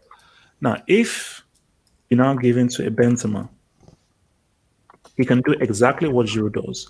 He can hold the ball up and he can pass the ball through, but you can also give him the ball in feet and he can actually do stuff with the ball on the ground. Benzema is very effective in positions here. He's very effective in positions here. And what this allows is that this allows him to provide space for a Cristiano and a Bale to do their thing, because Benzema was literally used as a decoy and pretty much as an extra playmaker to allow Cristiano to go through, because Cristiano didn't make his own goals. He was a finisher. So Cristiano is going to beat 4 or 5 players and score. His main thing was finishing. So it was either whether it's Danny Carvajal providing for him or Benzema and so forth, creating a platform for Cristiano to just be there to finish. So Benzema was important because he was there to do the groundwork, to create space and create situations for Cristiano to pounce. So no, you're exactly right, H. Can I add one thing to that? So Benzema's been a striker there for nearly a decade. It was like 2000, I forget, it was 2009, 2010. He's been there for like a decade, right? Something like that. There's a reason why he's been there. It's because he adds so much to your team. And he has never, his goal was never to be a main goal scorer. And if you look at, he's Madrid's top scorer in the last 2 seasons. And he's like, okay, what did he win as the main man? What did he win? What did he win for these? What did he win for Madrid? FG, can you shut up, please? No, I'm asking the right question. What did he win? Being the main man, being the main striker. What did he win for Madrid? Can I answer your question before you keep babbling on? You're asking the right question if we were comparing clubs, but we're not. We're comparing players. Okay? So inherently saying what did he win as a team makes absolutely no sense when you're comparing their goal scoring repertoire and what they do from overall 90 minutes contributing to the team. So it makes no sense. And when you make this Giroud comparison, again, it makes no sense because HH just highlighted in the various positions Benzema can be successful. And Perez and Zidane, they know far more about this sport than you. They know far more. Thank you. Yes. They know far more about the tactical setup Madrid than you do. Because firstly, you're not even a Madrid fan. You're a Ronaldo fan. So I don't even know why you're fighting up about that. That's A. B, they've been with Benzema on the training grounds and in the games for far longer than you. Far longer than you've been supporting Real Madrid. So that's the point. That's my point. Okay, you still haven't answered the question. You still haven't answered the question. Your question makes no sense when comparing. What did Benzema win as the main man when he finally doesn't have to be restricted from Ronaldo? When he finally have more freedom? What did he win from Madrid? Well, guess what? This season hasn't ended yet, and Madrid were playing a lot better than Barcelona. Oh my god, bro! Just say the damn zero, bro. Just say the damn zero. It's not that hard, man. Your question is loaded. You shouldn't even be asking that question. It's an illiterate question. It makes no sense in this context. Why would you ask a question on team accolades when we're comparing individual players? Explain that. You can't because it makes no sense. Because I just said Benzema does the bare minimum. All he does is link up play. He does that. He doesn't score goals. FG. Bare minimum, bro. FG. Do you know what? Well, okay, FG. Do you know what we're getting at here? What we're getting at here is the team is important because do you know what the example is? It's the same damn team, bro. I don't know what the big deal is. Can I answer your point? What I always try to explain to people is that Cristiano needed Real Madrid as much as Real Madrid needed him. And the system helped him get those goals. Because we now looked at Cristiano at the World Cup for Portugal once they got into the knockout stage. That system wasn't there anymore. And what you saw was a player who was simply ineffective because Uruguay could easily mark him out of the game. And that platform and those players that you see are useless, like a Benzema, a Modric, and so forth, who could create situations to make Cristiano effective, wasn't there anymore. So he was completely and totally ineffective because that system wasn't there for him. So football is far more complicated than this guy scored 50 goals, this guy got 50 assists. Every single piece is important because it's a puzzle that you're creating where every single player affects every other player. That player doesn't score those goals if the other pieces aren't in working order because there are many things that have to take place in order for that guy to put the ball in the back of the net. Because are you telling me that Cristiano dribbles from his own half all the way and scores goals? No, he doesn't. There are about 4, 5, 6 passes and different things that need to take place. Guys moving off the ball, moving everywhere in order to get him in the position to score. Oh, yeah, HH. And by the way, I mean, since FG really wanted to answer that question about team accolades in terms of what did they want, they won a Super Cup with him. I'm talking about the major three, bro. My point is I'm answering your question. Even as diluted of a question as it was, I still answered it. Oh, and secondly, I mean, I'm surprised you have that take because there's been plenty of videos during Madrid Champions League's reigns where you question why Benzema wasn't even on that team sheet, and now you're like, now you're being a hypocrite and saying, oh, he was that great. Okay, do you know what I always said about Benzema? I always said that why has such a top striker taken such a secondary position in a team in order to acquiesce for Cristiano when you're the main striker? No, you slated him. You slated him all the time. No.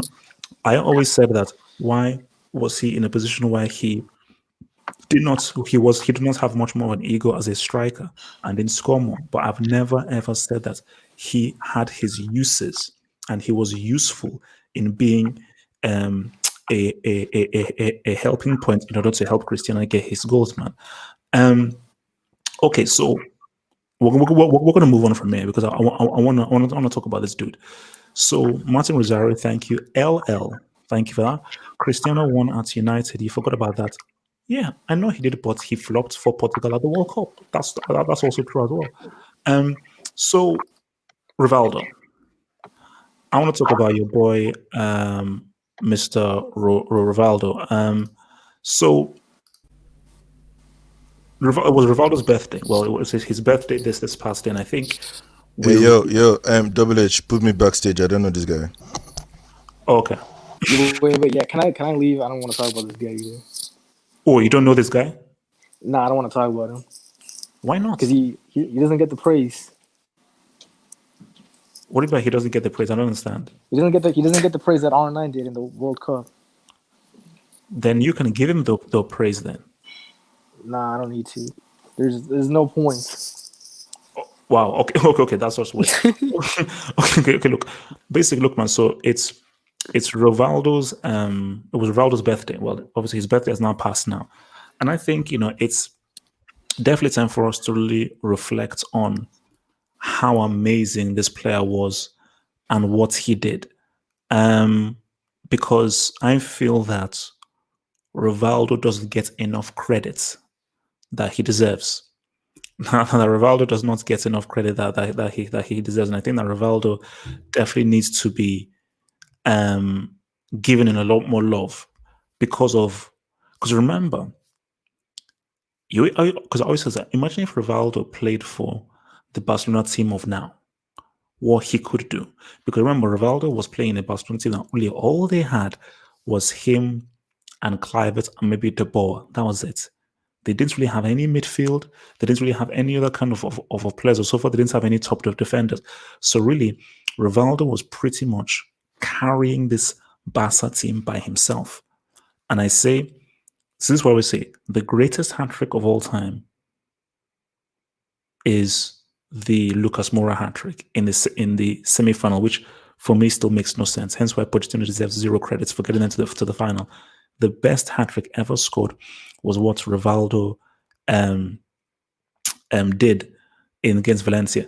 You see, now this is just shocking. And I think this is why I'm so happy that I bring this in, because there are people who don't know who Rivaldo is. That's crazy. I thought they were being funny, but it's real. No. But look, I mean, because he was of a certain time, so there are people who are maybe a bit too young who don't even know who Rivaldo is. Which I just look. It is what it is. Look, you can't tell when you come out of your mom's womb and all that stuff. So I'm going to come first to Abdullahi. So Abdullahi, where would you rank Rivaldo, and how would you where would you put him amongst the history of great players? I don't know much about this guy, man. I'm sorry. I don't know much about him. Okay. Christ, Rivaldo, speak on it. Is that me or no, Christ. Oh, okay. Christ. Double H. Actually, I recently watched like Rivaldo highlights. A lot of it is because he was undershadowed, like you said, kind of because he was under the reign of R9, who was like the best player on Brazil when he was playing. But I think he's definitely he's probably a top 30 player in terms of like individual ability and what he could do with the ball at his feet. He's very technical, good goal scorer. So I would say, like in his peak, he was definitely like ability-wise, he's probably like a top 30 player of all time for sure.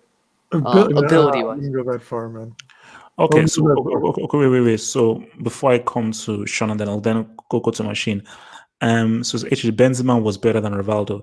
Said, you're smoking and you're sniffing cocaine. Sean, Rivaldo, where would you rank him then overall? Yeah, it's similar to what Price was saying. I haven't watched a lot of Rivaldo in recent years. I did in the past, but it is his birthday, so I wish I kind of did some more due diligence on him recently. But he was one of the more technical players of his time. He was a great goal scorer of his time. There's a reason why he was donning the number 10 at Barcelona, is because he was obviously good at creating and scoring. So he was just an extremely talented player. I think he should be appreciated for what he did. Is it as consistent and as long as some of the current players? No, but a lot of that is down to the time and when he played in the era he was in. So I think we have to have an appreciation for him, especially on his birthday and what he did for Barcelona as a club. Obviously, I don't know as much about him as you do, but I have a lot of appreciation for what he did and what he's done for the number 10 shirt at Barcelona. So that's my take on him. Machine. Yeah, he was great. He was very technical, like everybody else said, but like every Brazilian player is typically. But he was also a tremendous flopper. He was one of the greatest that was only in play one actors of all time. Only in one game. No, not that game is scandal. Are you talking about the one in Turkey? Yeah, Turkey. Yeah, against Turkey in 2002. No, but he did it all the time in Barcelona as well. And that game, it was just scandalous. But that whole World Cup was a sham. It was like rigged for Brazil to win it, and so and they did. But I would say he's as underrated as R9 is overrated. I know that'll trigger you. Oh, say again. He's as underrated as R9 is overrated, and he's in the handful of players of the last sort of great Brazilian era. He's in the handful of the greatest players. Wait, Machine. So you're telling me that Ronaldo is overrated? R9 is And- one of the most overrated players. No. First of all, machine. There's no. I don't know who R9 is. There's Ronaldo and there's Cristiano. So please let's just get that right. How did you come to the conclusion that a guy called El Fenomeno, aka the Phenomenon, a guy who at 21 years old was considered one of the best players in the world, leading his country? How do you figure he's overrated and Rivaldo is underrated as much as he's overrated? Well, one of the reasons is there's plenty of reasons I could list them, but the primary one is how much of a flop he was club-wise. His club performances were horrible. We're not horrible. I mean, like, he excelled in individual games, but he could never lead his teams, which were usually stacked teams, to a simple league triumphs. And not to mention, like, his perpetual failure in the Champions League. But as far as with the in terms of the league goes, he was in Barcelona, in a super stacked Barcelona, against one of the worst Real Madrid sides in living memory, and he failed to win La Liga. He leaves, and boom, they win it. Barcelona do. Same thing happens with Inter again next season. Fails to win the Scudetto. Boom, he leaves. No. Don't forget PSV. Don't forget PSV. No. But for Inter Milan, remember they won the league title when they took all of Juve's players when Juve got relegated. That is the only time that Inter won the league title, when they took all of Juve's players. Yeah, that's true. So please, all those league titles that Inter won was during the whole Calciopoli era. So are we counting? Are we not counting Mourinho's change? But the thing is, man, R9 is probably one of the best World Cup campaigns of all time, man. Like, we can't take that away from him. Like, his World Cup campaign in 2000. No, Rivaldo was the main man. Rivaldo was. The thinking is this: I don't want to go into this whole thing because I want to get to clutch goals. But all I'm saying is that, see, Christ, you know what's happening right now? It's jealousy and envy. It's jealousy and envy because Ronaldo has a World Cup and their man doesn't. I could flip that around with the hatred for Cristiano. Is a lot of the hatred comes from R9 fanboys that are triggered by the fact that this guy shares a name with him. But he doesn't. No, he owns a name. Ronaldo owns a name now. There's Ronaldo, there's Cristiano. No, there's Ronaldo and there's Fat Ronaldo. The OG Ronaldo is sort of like the there was a Ronaldo before this guy? The fat one. They don't, man. They know who he is. They know who he is. I know the people know who he is, but increasingly less so in the face of this Ronaldo. Essentially, we're looking at R9 and putting him up there with one of the greats. I don't, but people do put him up there as one of the greats because of this 2002 campaign, which was a sham of a World Cup, number one.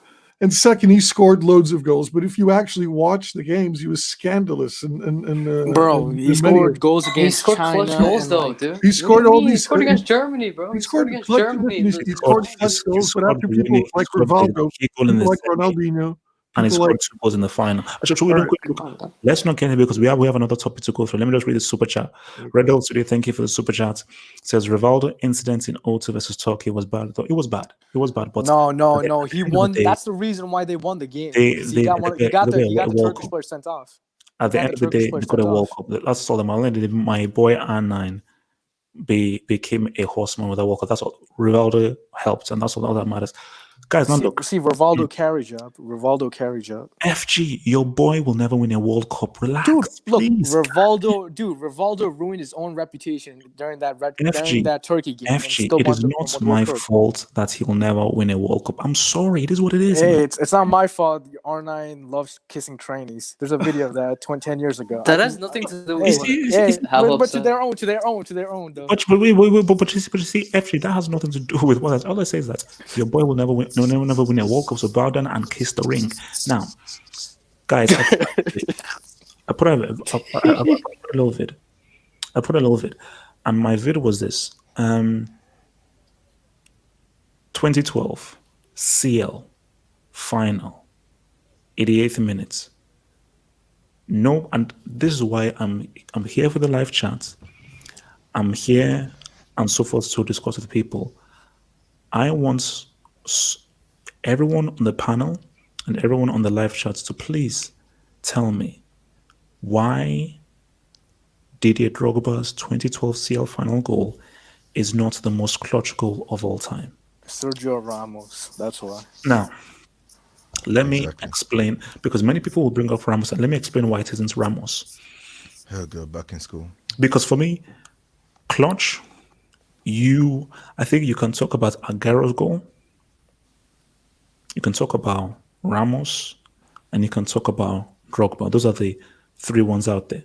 So let me tell you why I negate Aguero's, because you're Man City, it's QPR, you're playing at home. And They needed 2 goals. Let me land, man. And you were dominating the game as you should, being Man City, who were fighting for first against a QPR who were fighting against relegation. Real Madrid against Atletico Madrid. The game was equal, pretty evenish. You are Real Madrid. You are the better team. You do have the better players. So, and this was a neutral venue. So, neutral venue, you're Real Madrid, you're the big brothers to Atletico Madrid, and Atletico Madrid always felt that kind of inferiority complex against Real Madrid. Don't miss out the fact that How can they be inferior during that season? Let me land. So that's how we're going in through. Drogba, Chelsea Bayern. First of all, CL final, first thing. Second thing, Bayern's home ground. Third thing, Bayern Munich were the favorites, heavy favorites going into the game. Also, Bayern Munich completely and utterly outplayed Chelsea for the entire game. For the entire game, Chelsea were totally and completely outplayed.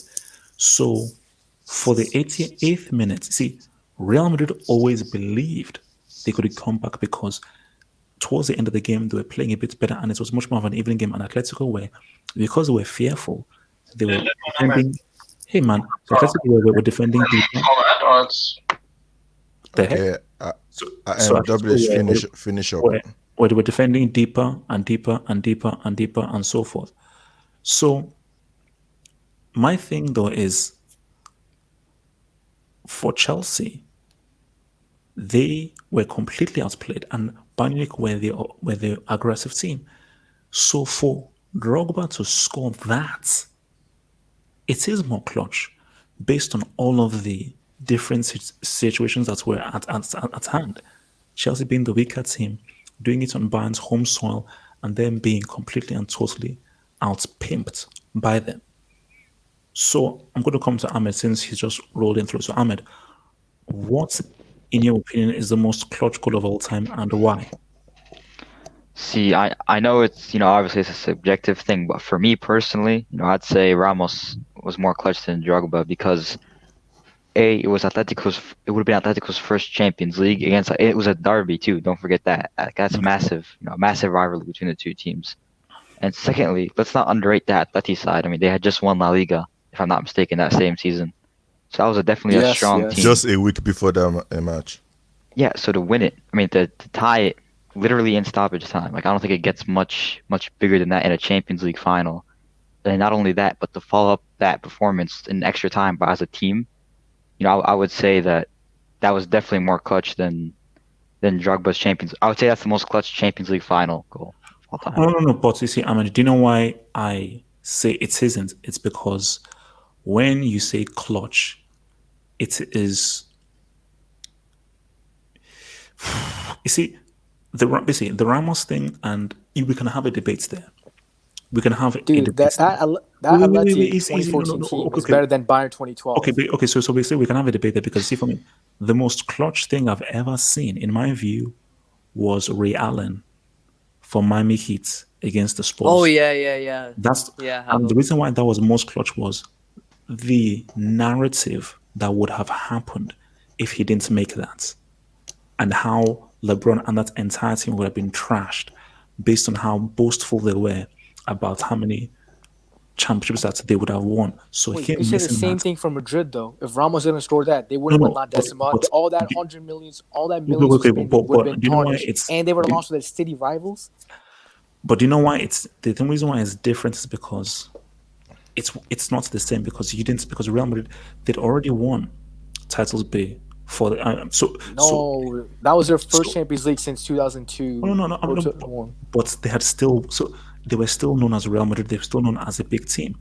The Miami Heat they literally were constructed in order to become a dynasty. They were built and they came out and said, "We will do this." Wouldn't you say then that's less pressure? No, that's more pressure. No, It's the It's opposite. not because people are rooting for you to fail, so they can then make memes about you and then mock you for you saying, "Oh, look, you said you would win." Haha, look, as they were when they lost to the Mavericks. But my thing about why I I'm still talking say about it's Ramos, not. I know no, but why I it's still not say Ramos. it's Drogba over Ramos is because it's how against the run of play it was. Nobody expected it because What do you when mean? Mona Come scored, on, bro. no, because when Mona scored, that was it. You could even see the body language of Chelsea's players were like, "We've lost, we've been outplayed. This is a stronger team." So mentally, they're like, "Boom, we've done." So it is I more disagree. because- I disagree. They were 2-0 down against Barcelona in the second leg, and they were 10 men, bro. That's more down. That's more. That's when your moral goes down during that Barcelona second leg. And the fact that they beat Barcelona with 10 men, even if they were 1-0 down against Bayern in the final, they still had the belief they could do it because they'd done it before. but Wouldn't the no, fact but that your favorite And- actually have more pressure on you to And perform? Chelsea are known for being clutch in the finals. They have history being clutch in the finals. So it's not like people when they were 1-0 down, they weren't like people didn't count them out. They saw time, and not to mention your boy Drogba. He gave a penalty away to Bayern in the final, and yes, I don't know. Wait, He basically wait. saved his own hat. Yeah, but how does that negate him scoring that goal? Even if he gave away I'm not, the but penalty, the he still thing scored is, the but clutch the goal. difference is Double H. That Atleti 2014 team is better than that Bayern 2012 team. That's a fact. And secondly, that Really? Ramos goal. That is no seriously. Bayern didn't win anything that season. They won Dortmund the were better treble than the Real following Madrid. year, And though. secondly, They this is won the the most treble the important following- factor. That Ramos goal led to Madrid starting the greatest dynasty in Madrid's history. 3 Champions Leagues in a row. That was the goal. If he didn't score that goal, we wouldn't see a three-peat. We wouldn't have Cristiano as being one of the greatest players of all time. There would have been a lot of changes. No. Don't forget PSV. Okay, okay. Let me go to Abdullahi there. So, Abdullahi, what do you think is the most clutch goal of all time? Abdullahi? Yeah, I'm here. Can you hear me? Yeah, we can hear you. Yeah. To choose the clutch goal right now is kind of a little bit tough, but I'll be very objective here, being a Chelsea fan. Can someone kick Ahmed out of the live chat? So, being objective, For that I would ridiculous say, statements. Sergio Ramos for the Real Madrid because it's a derby. And if Real Madrid lose that derby match against Real Madrid, it's game over for them. They're going to be very, very, very ashamed of themselves because they are playing against Atletico de Madrid. Chelsea 2012 against and the Real Madrid, there's a difference between both those teams. The Bayern Munich team has what's called, they have Müller, they have Bastian Schweinsteiger, they have a lot of players, some old players who are already getting old already. So the overcoming clutch in that match is, for me, it wasn't that much the most clutch team, but it is the clutch goal. But I will go for Sergio Ramos because imagine Ramos didn't score that goals against Atletico Madrid in the rest of time. It's game over. It's already over for them. No, wait. Abdullahi, before you finish, because I want you to finish, we have to define what clutch means. Okay. Gotzos, because people keep saying, okay, why haven't I mentioned Mario Götze? Mario Götze's goal wasn't clutch because clutch is a lifesaver where Yes, if exactly. you didn't score, you would be screwed. If Götze doesn't score that, well, we don't know what would happen and everything. If Drogba doesn't score that, Bayern Munich win. If No. Ramos You guys still had like score 5 that, minutes left. Atletico win. No, he that's scored in what the you- 88th minute, so there was only like Yeah, 3 minutes left. Plus exactly. stoppage time. Ramos had Plus 2 stoppage minutes time. left. Ramos had was 2 in minutes stoppage left. time. That guy Exactly. was in stoppage time. Was 93 Chelsea out of still 95. had 5 minutes. They still had 3 minutes wait, left. wait, easy. Let Abdullahi finish. Abdullahi finish. Chelsea had a record in scoring in final, especially Drogba. He has scored in almost every final he has ever played in his entire career. In Wembley, he scored. I could count how many close goals Drogba has scored in the final in Wembley final. I can count how many goals he has scored. Chelsea have an history scoring in the final, so there's no doubt about that. I'm not gonna be worried. I believe in the Chelsea fans. I have no doubt because I know we scored a lot of goals in final. But you're telling me the most close goal right now is Sergio Ramos because that match was like extra time. It's already, if Ramos doesn't score that goal, I don't even know what's gonna happen to Real Madrid in that match because against Chelsea, Bayern Munich, Drogba scored in 88 minutes, and they could still like 5 minutes of extra time. Anything could still happen. Chelsea could just have like a penalty or just one like a lucky goal, and it's boom into the No. But okay, but Abdullahi, in your honest opinion, because I know you would have remembered this game. Yeah, I did. So in your honest opinion, do you really believe Chelsea, if Drogba, let's say Drogba hit that header and Neuer saved it, do you really believe Chelsea would have found a way to score and equalize with 4 minutes left, including injury time? It's for me that match is like 60-40 for me because it's Champions League. Anything could possibly happen because of the extra time. Because all Bayern Munich would have to do is defend. All Chelsea need to do is just come out in that match. And to be very sincere, Chelsea were very lucky in 2020 Champions League. They were very very lucky because Drogba committed a lot. If you remember, I remember lost the penalty. So Chelsea were very, very lucky to win the Champions League in 2012. Very, very lucky because there are some goals there that should have been won. It's already game over for us. And thanks to God and thanks to Drogba who scored that 88 minutes goal in the Champions League to take them out to the extra time. If not for that, man, I would have like Champions League. I wouldn't know what to say.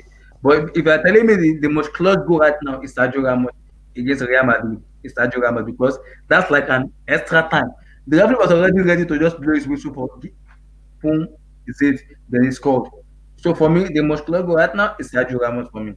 I'm sorry, being a Chelsea fan, I'm not being objective right now, but I think it's Sergio Ramos for me. Okay. So, all right. So, Gatlo, what about you? Who do you then give this to? Most clutch goal you think that has ever been scored? Yeah, I think it's pretty obvious that I'm going for Ramos right now in 2014 because what you talked about clutch and the timing and everything, right? I've watched that game, especially that the last few minutes. Atletico, we all know how they play. Okay, they've been playing like this forever under Simeone. They defend deep, so of course Real Madrid would have had chances. Atletico are good at defending. Okay, these guys, if I'm not mistaken, they kept a clean sheet against Barcelona, kept a clean sheet against you guys, and they kept a clean sheet against AC Milan in one of the legs. So these guys are very, very good in defending. They knocked Liverpool out not too long ago. That's Simeone style. They defend deep, and if any team you back to defend for the last 5 minutes and make sure nobody scores, it's Atletico Madrid. And the header was so clean. How Ramos got that header and just guided it against a long keeper like Courtois. This was Courtois. And Courtois was very, very good. That header was clutch, man, because Ramos heading that ball to the side of the net, and if he missed that, you know how Atletico are, they will waste time. And that 2 minutes to pass, and that's it, game over. As for Drogba, his header, look, that was clutch as well, just right behind it. I'm not going to disrespect Drogba, but the thing is, I don't put it the same as Ramos because his header, if he missed that, there's still another chance. Because Bayern, at first they were on the defensive, yes, that's true, but they're not really known for their defending. Bayern, they're known for mostly their attacking. There's still more time for Drogba to score. In fact, after that header, they'll see a free kick for Drogba to score. So there were chances after that. But after that Ramos header, I don't think there was going to be any other chance for Real Madrid. Okay, let me just say this. Said honorable mention Alexis's Panenka. But see, the thing with this is that I wouldn't say this is clutch. I'll just say that's just balls of steel. So this was more like, that was just it's like Totti's penalty, but this is even more so. So to do a Panenka as the winning penalty in front of your own fans to help you guys actually win the flipping thing, I think is huge, but it's sort of different. Right, so Christ, what about you? Most clutch goal for you, bro? Bro, for me, the Ramos one and the Drogba one are close, and it's a hard decision for me. But man, when I look at the goals again and I look at the context, I think it's Drogba's, man. And the reason is because when I look at Ramos's goal, okay, it was a great goal, but what edges it for Drogba for me is two reasons. One, if you look, bro, Drogba was getting marked very tightly. Like there was two Bayern defenders right in front of him, and like battling him aerially to try to win that ball, and he had to win that header in front of those two Bayern defenders. Sergio Ramos, if you look carefully, he wasn't marked heavily. Like it was a wide open header. Like he could have directed it exactly to where he wanted to put the ball. Also, the second reason, bro, is because when I look at that game, like you said earlier, Chelsea had no business in that game, man. Like Bayern were all over them. Like in that game, Bayern were all over them. So literally, Drogba had to like find a way, and the way he found a way in front of those two Bayern defenders, and when Chelsea had nothing going for them all game, I think that's for me the clutchest goal I've ever seen. If you were talking about the greatest goal I've ever seen, it would probably be Maradona's in 1986 against England. But since you're talking about the most clutch goal, I would say this one for sure. Because just taking the context, I think this one edges it. To be honest, for me personally, because of like the reasons I gave you, in my opinion. Okay, That's just what I believe. Yeah. No, for me, I mean, you see, like, because you have to look, because again, I looked at that. I mean, I am going to do a goal review of the Ramos goal and everything, but when you look at how difficult the Drogba role was, and remember, he was doing this against Neuer. So this was a Neuer that was still considered one of the best keepers in the world. I mean, Ramos did it Courtois was against the strong best too, defense. and he was one of I mean, the Neuer tallest. was far better than a Courtois. So, Yeah, but the Atleti defense is better than Bayern's, and that team was better than Bayern's too. but then Christ just made the point. Who was marked better, Ramos or Drogba? Drogba was, man. Like, just look at it again, HH. You'll see what I mean, man. Like, Drogba was marked But the heavily fact by remains, two. Ramos' goal led to a dynasty. Drogba's didn't.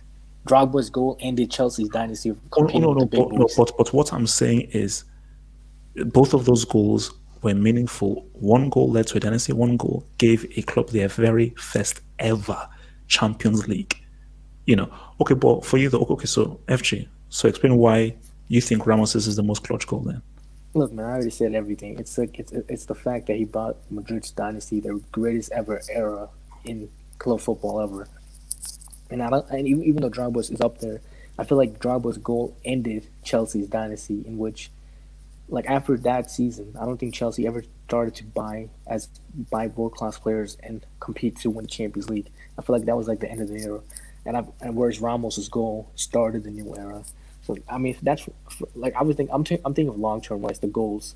So Ramos's goal is more meaningful, I would say. Okay. Well, okay. Look, man. Okay. I mean, okay. So guys, last few minutes, live chat. Send in your questions. Send in your questions right now in the live chat, and then we'll do like 20 minutes for answering a few questions. So send in your questions in the live chat. So while guys send in some questions, actually no, let me do this. Let me do this actually because I didn't do this with the guys before. Abdullahi, give me your all-time five-a-side team. Five-a-side team? Yeah. Damn. Can I go last? Okay, all right. Okay, Ahmed, all-time five-a-side team. I'll give you guys to think. All-time So five-a-side team. one goalkeeper, two defenders, two midfielders, two attackers. Whatever At you the want. Whatever you want. But obviously it makes sense to go with.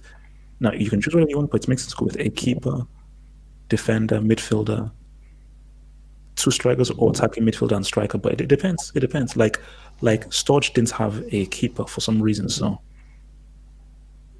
okay, so for goalkeeper,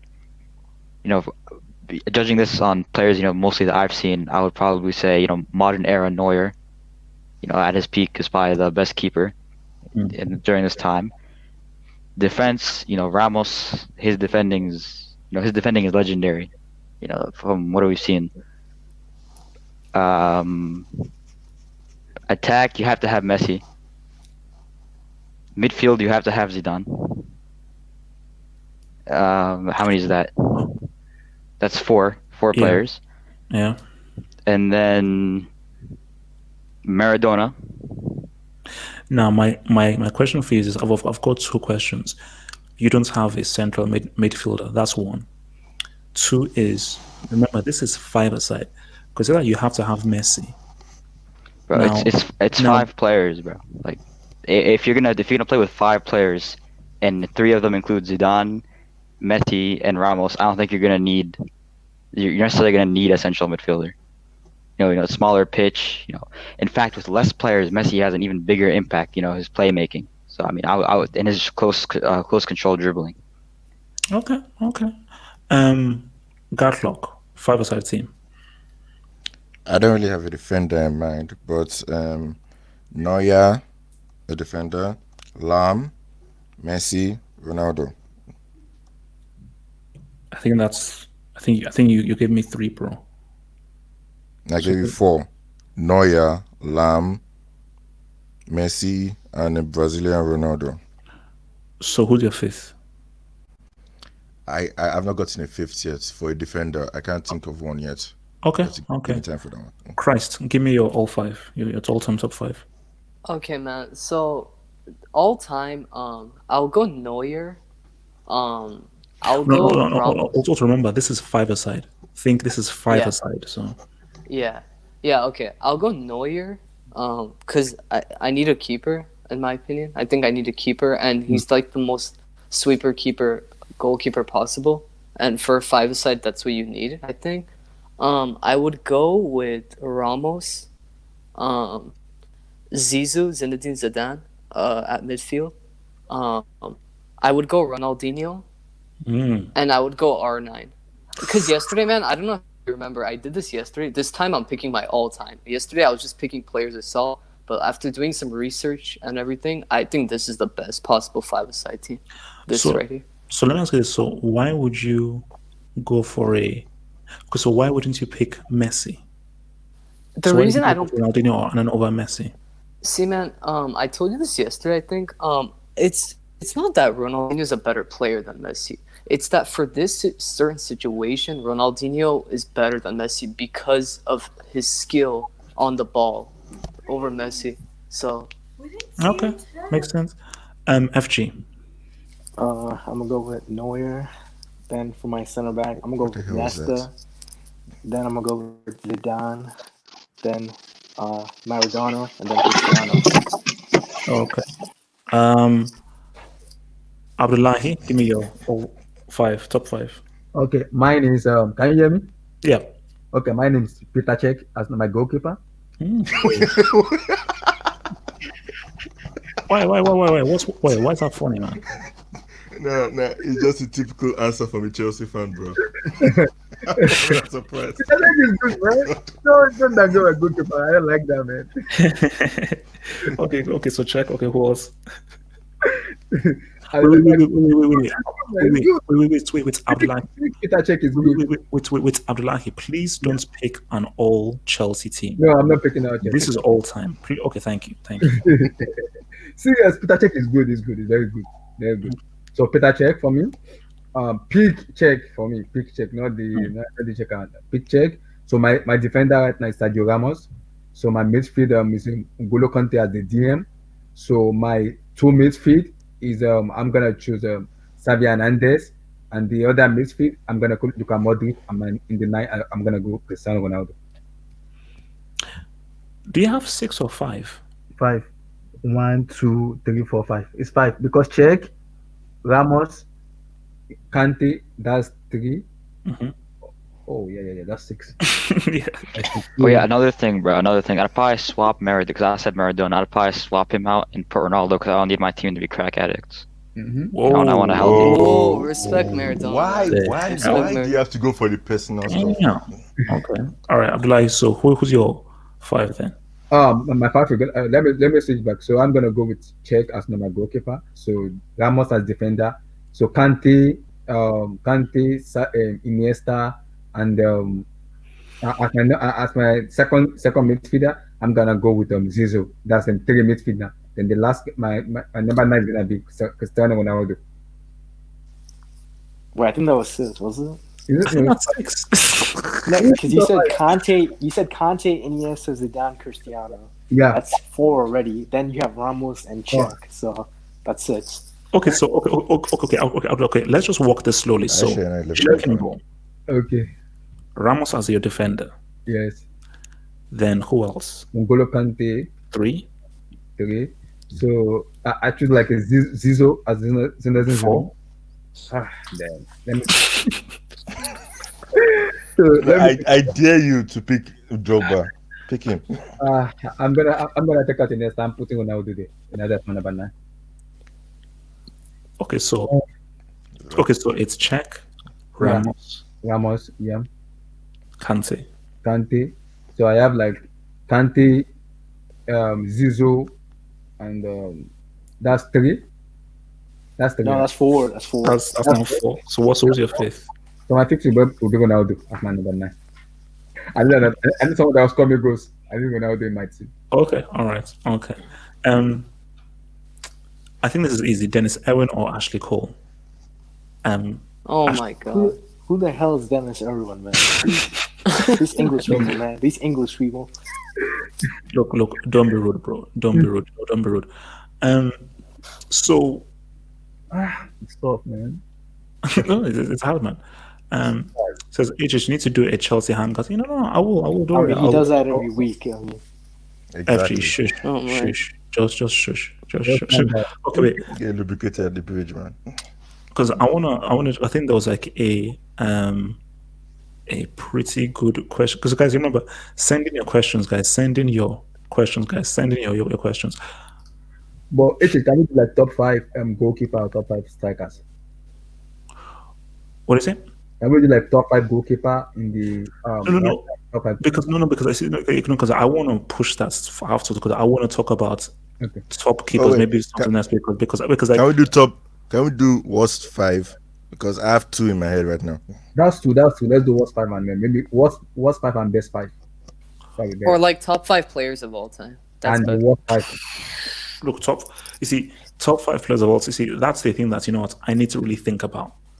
You need to really Like think 5 about. aside, 5 do aside that team for the next worst week. players. Hey, Cheech, I 5 feel like you already aside. have yours since you already have your horseman. So I feel like you already have yours. No, but you know what it is? If we're doing a top 5, I need to know, is it top 5 for achievements or top 5 for ability? No. Because if it's top 5 for ability, Pele isn't in my top 5 for ability. Oh. If it's top 5 for achievements, Pele has to be in there. And you probably have to put Cristiano and Messi in there, and therefore achievements and what you've done in the game and everything. Let's do ability wise, man. Let's do Let's ability. do let's say top 5 in the world right now. Because both achievement, both abilities. Okay, so top 5 in terms of ability in the world right now. And achievement. Yeah, Okay, so for me, this is right now in the world. So for me, top 5 for ability overall right now: Messi, Okay. Neymar, Hazard. Okay. Oh god. Can I land? So Hazard. That's funny. Let me think. I'm still gonna say Sergio Ramos. That's funny. And I will then go with no, I'm missing a dude. Sancho. Cristiano. So that's how I'll go with. Yes, Sancho. Yeah, Sancho, yeah. And for overall all time, R9, Ronaldinho, Zidane, Maradona, and I would then say probably JJ Okocha. So Really, JJ? Excuse Wow. me? JJ Okocha. I mean, no, JJ actually watch him, bro. Austin He's actually Okocha. ability wise, the bro. Bolton If you have an Wonderful. issue with that, screw you. All right, we're gonna roll it. So Ahmed, give me your top 5 right now for ability. Okay, Messi has to be there. In terms of goalkeeping, Courtois is probably the best goalkeeper on form. And then in terms of defending, you have to have Ramos. And then midfield, you can't underrate Valverde's performances at Madrid. I think he's underrated. to some degree. I mean, now because most people have pretty much forgotten these like not as popular names because it's been so long since the season's been going on. But yeah, Valverde, Ramos, Courtois, Messi, Lewandowski has to be up there just for the sheer amount of goals that he's been doing. I mean, he did it in a Champions League round of 16 away. He did it in the league. He did it in the group stage. So yeah, those would be the five I'd say for right now. Okay, so before I go to Gatlock for his, Martin Rosario says, guys in the hangout, who was worse? What was worse, the Teddy Riley debacle or Double H's Chelsea Simon prediction? Now, facts, Teddy Riley's was worse because only a few people saw my semi-finals thing. 400,000 people saw Teddy Riley and his backup dancer that looked like a bearded bear from Grizzly Bear completely and totally flop. So, and also, guys, let me tell you right now, I am begging you, if you want to laugh your face off, go to Twitter and just type in Teddy Riley in the search box for the greatest memes of all time. Literally, the greatest memes of all time. And I saw it live. It's one of the biggest train wrecks of all time. Absolutely classic. All right, Gatlock, give me your top 5, bro. On current form right now, Ter Stegen. Wow. I want to say Van Dijk, but I don't know, man. This on recent form, there's no defender that's actually good right now. I'm struggling to think what of about one. Phil Jones? Delect, bro. Delect. The what? What? I'm still thinking. Respect The the lick? I'm sorry, brother. Yes, the lick. No. The who? The what? Look. Wait. Okay. Let's Lead defender. Let's go. Ter Stegen, De Bruyne, Messi, Lewandowski. Lewandowski, oh my god. All right, Abdullahi, give me yours. Top Not five. Hazard. Top 5 right now. I'm gonna go with Oblak of Atletico de Madrid as goalkeeper. Yeah, I forgot about that. I think my defender is tough. It's on form right now. I'm gonna go VVD, Virgil van Dijk. So Man got birthed by Llorente, bro. He got birthed by Llorente in our last live Champions League match. I know, but on form, he's been on form for Liverpool. So I'll go with VVD. It's tough, but my midfield, oh my goodness. So I think Valverde for Real Madrid, Casemiro. That's 3, right? That's 3. 1. Is that 3 or 4? Carlos Enrique. Wait, Abdullahi, is it that after 12 a.m. you can't count or something? Because what happened? I'm making it more than 5. It's tough for me to choose. Look, Abdullahi. Oh my God. If you smoke weed after 12, it's fine. Just tell us. Just that. It's like you're asking us, is it 2 or 3 after you've said like 2 names or 5 names? But that's what I'm saying. Carry on. So Oblak, VVD, that's 2. My midfielder Valverde, and I think in the striker position I'm gonna go with, it's tough, but I will go with Robert Lewandowski right now because he's been on form. Robert Lewandowski for me right now. He's been there. He's been clutch for me. So is that 4 or 5? I think is it 4 or 5? I think that's 4. Okay. I bet you're smoking the same thing. Probably to Oblak, DVD, Casemiro. That's 3. Then Guy, write it down before you say it. Write it down. Oblak, VVD, that's 2. Casemiro, that's 3. Another midfield for me. On form right now, I think Saul Miguel for Atletico Madrid, and then in striker position, Robert Lewandowski. Abdullahi, that is 5. I can confirm that is 5. You got a 5. Okay. Yeah. All right. Ahmed. I already went. I went first. Okay. Oh, sorry. So Christ. HH, I think people are forgetting you said ability wise. So okay. So goalkeeper, I think Oblak for sure. It's hard though. For attackers I should say, Neymar and Lewandowski. Neymar for like the ability, and like Lewandowski for just like his performances and his ability, you know, because he's a very good player as well. Goal scorer. Defender, I'm still taking Ramos over Van Dijk. And then midfielder, I would say, I would take Tony Cruz. Tony Cruz. Oh, that's good. That's a good shout. Yeah. That's a And good then shout. all time, you said you want us to do all time, or Yeah, all time. I want to do all time. okay. So I'll just go now. Ability wise, so I would say R9 for sure, because ability wise, he's one of the greatest ever. At his peak. Ronaldinho for sure as well. Zinedine Zidane.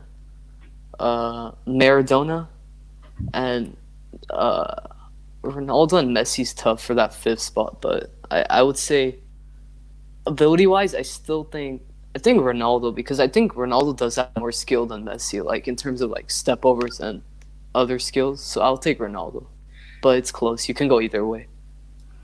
Okay. Cristiano. So Yeah. So actually, give us your 5 man, top 5 right now, and don't mention Cristiano, bro. This is about ability. This is about ability, please. Yeah, it is. It is. Cristiano, Neymar, Cruz. Did I say something? FG. I said in terms of ability, not Instagram following. Ability. Dude, you mentioned Hazard. You don't have a right to talk. FG. This is in terms. Wait, Hazard is better than Cristiano. Even FG admitted that. Remember when you admitted that? I never admitted. On form, this guy's not played since, man. FG, yes, you did. FG. He's on form in the Burger King, but that's it. FG, you sent me a message. FG, you sent me a message that said, "Don't tell anyone, but yeah, I do admit that Hazard is a better player than Cristiano." So. Give me a 5. Let me say my top 5. Okay, Cristiano, Neymar, Tony Cruz, Casemiro, and Immobile. What? Immobile? Oh. Immobile for defense? Wait, I don't give a damn about defenders or goalkeepers, man. Who cares about FG. Now, FG, think long and hard when I ask you this question. Please, just think long and hard. I am begging you. FG, just think long and hard. FG. Yeah. Are you telling me? Shush, FG. Are you telling me that Immobile right now is a better player than Lionel Messi? No, on form right now. Yeah, on form. Immobile this season has been amazing. Dude, if you're putting Lewandowski, you can put Immobile. So I'll put Lewandowski and Immobile together for me, because exactly. They've been on But form. ability wise, guys, come on, you can't say Immobile is better than Messi. Ability wise. Ability, but I'm saying on form right now. But HH has the ability though. I guess. Yeah, but this is even in terms of ability. Even if it's right now, in terms of ability, how would you say Immobile is in a top 5? I mean, the type of goals he scores is more impressive than Lewandowski's. You know, majority of that is penalties. Wait. I swear Immobile has been scoring a lot of tap-ins. Yeah, it's actually penalties, but his penalties are impressive. His penalties are impressive. Yeah, you need skills for penalties.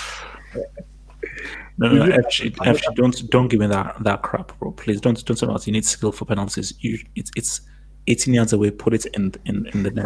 Messi, Copa 2016. Tell that to Messi. Okay, Machine, easy.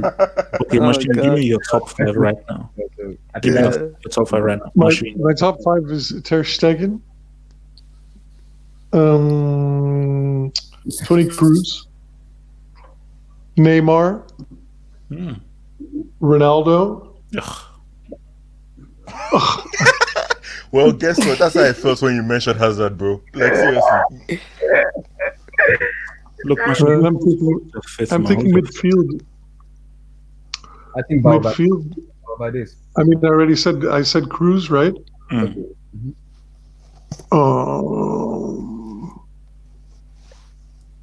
I'm stumped.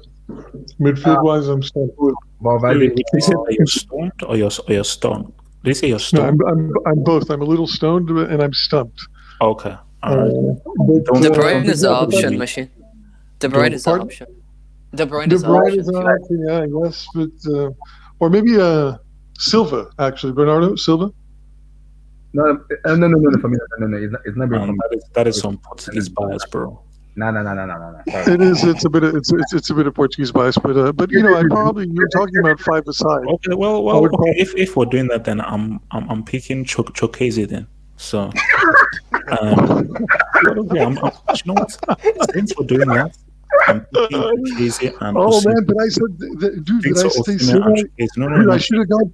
Machine, you went Sorry, there, man. bro. You went there. I'm picking Chokeze and I get it, man. But I said Silva when he is. Can we do worst 5? Can we do worst 5? Yeah. Just What's the point of that? It's bro. The only break I can think of right now is Hazard. Actually, I can't actually give you a break. The only break I can think of is maybe Benteke and Marcos Alonso. You know. So okay, so let's bring your boy Hazem. Hazem, give us your top 5 right now. Hold on, man. You trampled over my top 5 of all time. And also, like, I just remember speaking of Portuguese bias, We're gonna go back. Let's just finish. Hold on. Wait, Machine, give us your top 5 all time. Okay, but hold on. I mentioned Bernardo. Is it all time or is it right now? I should have mentioned Machine. So Machine, give us your top 5 all time right now. I should have mentioned, Bruno Fernandes, who's playing for Manchester United, and he's a superior player to Bernardo Silva. Sorry. Yeah. For midfield. But anyway, that's my top 5 right now. Top 5 in terms of ability of all time. In terms of ability, I would say Zidane. No, number 1 is Maradona with a shout, like, you know, with some distance. And then after that, it's Zidane. And then after those two, it's a toss-up between Dino and that I've seen at least. Peak CR7 and in terms of ability, like pure ability, like technique, Neymar. So Machine, you're really not going to mention Ronaldo's name. R9, no. It's funny that you mentioned that, man. I was just there was this article that I read once in Marca way back when of Steve McManaman, who was the British guy that was part of Real Madrid. Yeah. At the time, and they asked him, "So who impresses you most in training?" And he said, "Of course, Zidane. The stuff that he did was just like mind altering."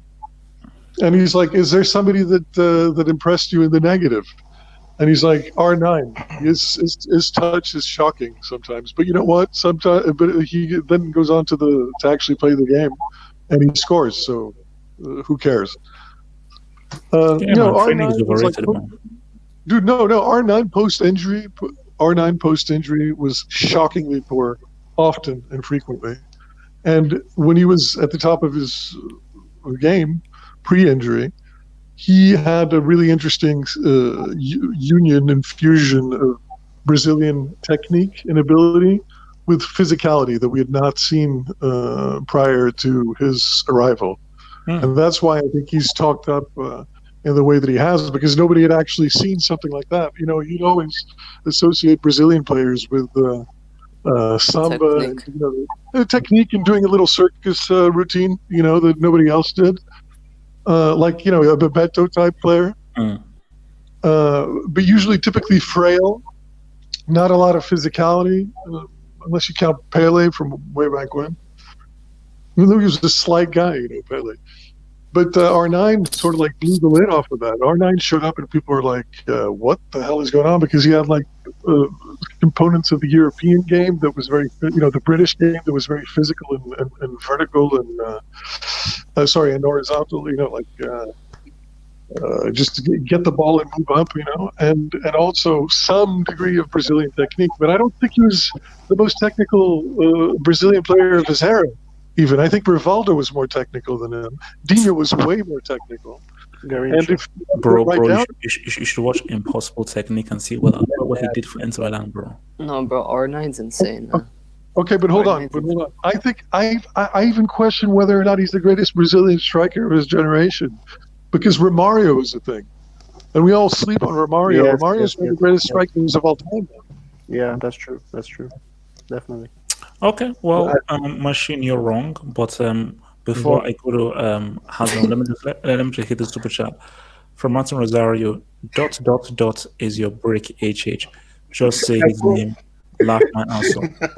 Martin Rosario, I don't know who you're referring to. If you could tell me exactly who It's that is, Messi, dude. It's Messi. I'd like to know. Hazan, give me your top 5 right now, bro. Wait, top 5 what? Ability. Ability-wise. Players right now in the world, top 5 in terms of ability. In terms of ability. And we ignore results, yeah? Yeah, but just in terms of ability, what they can do, how they can ride, man. Okay.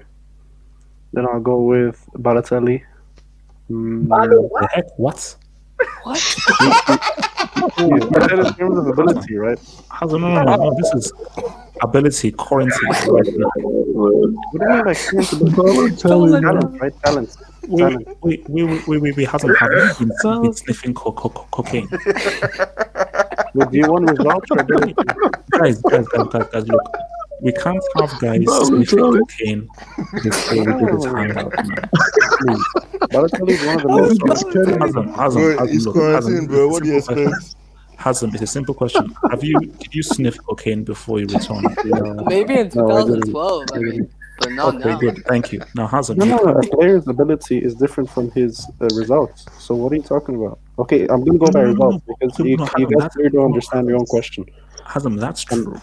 But Balotelli's ability now isn't the same as Balotelli's ability when he was at AC Milan or Inter Milan. Really? No, he's playing really well now in terms of ability. Where does he play again? Brescia. Empoli. He plays for Empoli. Brescia. No, it's actually Brescia. He's the best player in his neighborhood. All right, I'm gonna go by results because you clearly know about both. Okay, go for it. So Lewandowski, I think it's clear to say he's the on form, the best player in the world. Immobile. I'm not biased. I won't say Salah. De Vrij for Inter, probably the best defender this season. Oblak, keeper. And wait, how many did I say? I said Lewandowski, Immobile, De Vrij, Oblak. Okay, that's it. Someone's catching the black horse, man. I'll go with Ronaldo since he's doing well this season. What can I say? He's doing well. Yeah, I'll go with Ronaldo. So that's 5. Was that 4? That's 5. That's 5. Oh, who's the one that can't count now? No, you said the one. Okay, cool. Mobility, Vagai, or Black, and Ronaldo is 5. Okay, so maybe I have a question for you. Go for it. Are you wearing your shades now? No, I'm not. Because that would be insane if I was wearing my shades with no camera. Then I would be pretty messed up in the head, bro. And I'm not that messed up in the head. So is it cold there? Let me because people keep asking this though. Easy. I want to ask this question to you guys. If the Euros would have gone ahead this summer, okay, who would the last 4? Actually, no, because it depends on who plays who. Mm-hmm. Who do you think would have won the Euros if it went ahead this summer? Who do you think would have won? Ukraine. So let me go first. I feel and I believe it wouldn't have been France.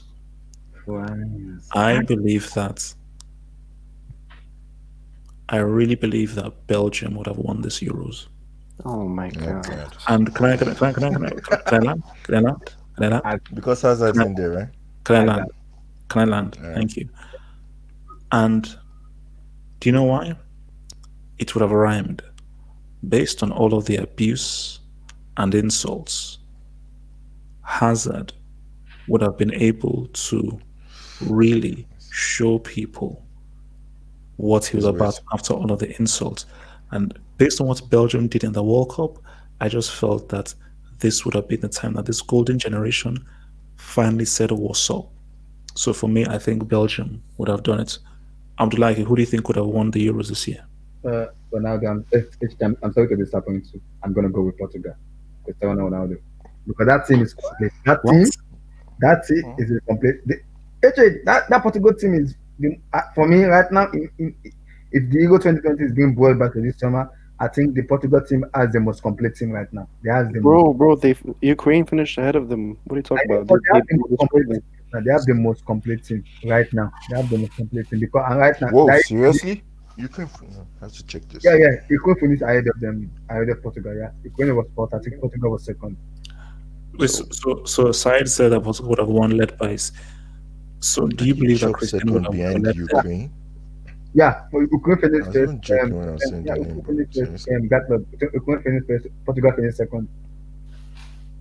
Yeah, How you come second behind Ukraine? Ukraine? Because I mean, if we want to Ukraine mention are pretty that, good, man. if we want to mention Okay. that, France failed to beat Turkey over 2 legs in qualifiers. Like in both legs, they couldn't beat Turkey. Okay. Yeah, Okay. but at Gatlock. least they top the group at least. So Come on, Gatlock, Ukraine. who do your Euro winner be then? Gatlock, who do your winner for the Euros be? I'm going to go for Italy because nobody's looking What? at them right now, and they have a very Yeah. complete squad. Despite the fact that Donkey Kong is in the midfield, I still feel that they would do something. Italy, because these guys have been absent for a while now, and I think they have a very good midfield, a decent attack with Immobile up there, and Bonucci and Cellini. Cellini would have come back. Bonucci is still there. They have a decent defense, and now that Donnarumma is in goal instead of that archaic guy, I feel they can do some. They would have done something because, and like I said, nobody's looking at them right now. They could be the surprise. Nobody saw Portugal win it last time, and I feel Italy have a more balanced squad, Okay. and they have a decent group, so they'll go through easily. All right. Ahmed, what about you? Who do you think would have won the Euros and why? See, I don't think what HH said about Belgium is outrageous. I feel like they definitely. Because here, for some reason, I just don't feel like France can win it. I don't feel like Pogba is going to perform as well. I don't see Mbappe performing that well. And I don't see. I don't see it because let's face it, France in that World Cup, sure they were impressive, but how many specific individual what I'm trying to say is it wasn't that it just didn't feel They that just difficult went for through them. the They weren't motions. challenged, bro. They never really had an exceptional performance. I mean, Argentina I'll lie was to you. was That final offensively. pissed me off. That final pissed me off. Croatia were robbed, man. That first half. Yeah, but that's another thing. Like, I don't feel like if they were challenged by a team like Belgium or Portugal, again, I know they beat Belgium, but I feel like again in the Euros, this Belgium team is stronger. I feel like KDB is better. I feel like if Hazard decides to show up not overweight, he's better than he was in 2018. There is one thing about Belgium, their defense, bro. Alderweireld and Vertonghen are bullshit right now. Company is gone. Who's going to be their defense? You're right. You're right about that actually. But I mean, Portugal is another team that could do it. I mean, Cristiano could definitely do it again. And then for our dark horses, I'm gonna say Turkey and Ukraine. Turkey. Okay. Sure. So Oh you god, Belgium if Ronaldo does it again, Double H, man, you should hide. Like hide in your shades, hide in your heart. Hide in the Brick Academy. Go back to Nigeria, bro. You should hide, bro. Wait, Ahmed, who did you go for? I think I'm gonna say Portugal, but I could see multiple. Like, I'm not saying it's 100% Portugal's gonna win it, but my pick will be Portugal. All right, Christ. What about you? I would say this is tough, man. I would say Italy as well, in my opinion. I think Italy are a very underrated team, man, and I think. Do you believe in dark Mancini? horses- Does Mancini have the managerial balls to do it? I mean, they've been playing better under him, man. So yeah, I mean, the way he's managed this team, I would say so, yeah, man. Because like, if you just look at the results, I know it's against shit teams, but the way they've improved, man, it's been crazy. And I think that under Especially his the management, attack. I think it's really possible for them to win it. And my other team would be France, just because of the talent that they have. They're probably the most talented team on paper, but you know, man, in these tournaments, the favorites don't always win.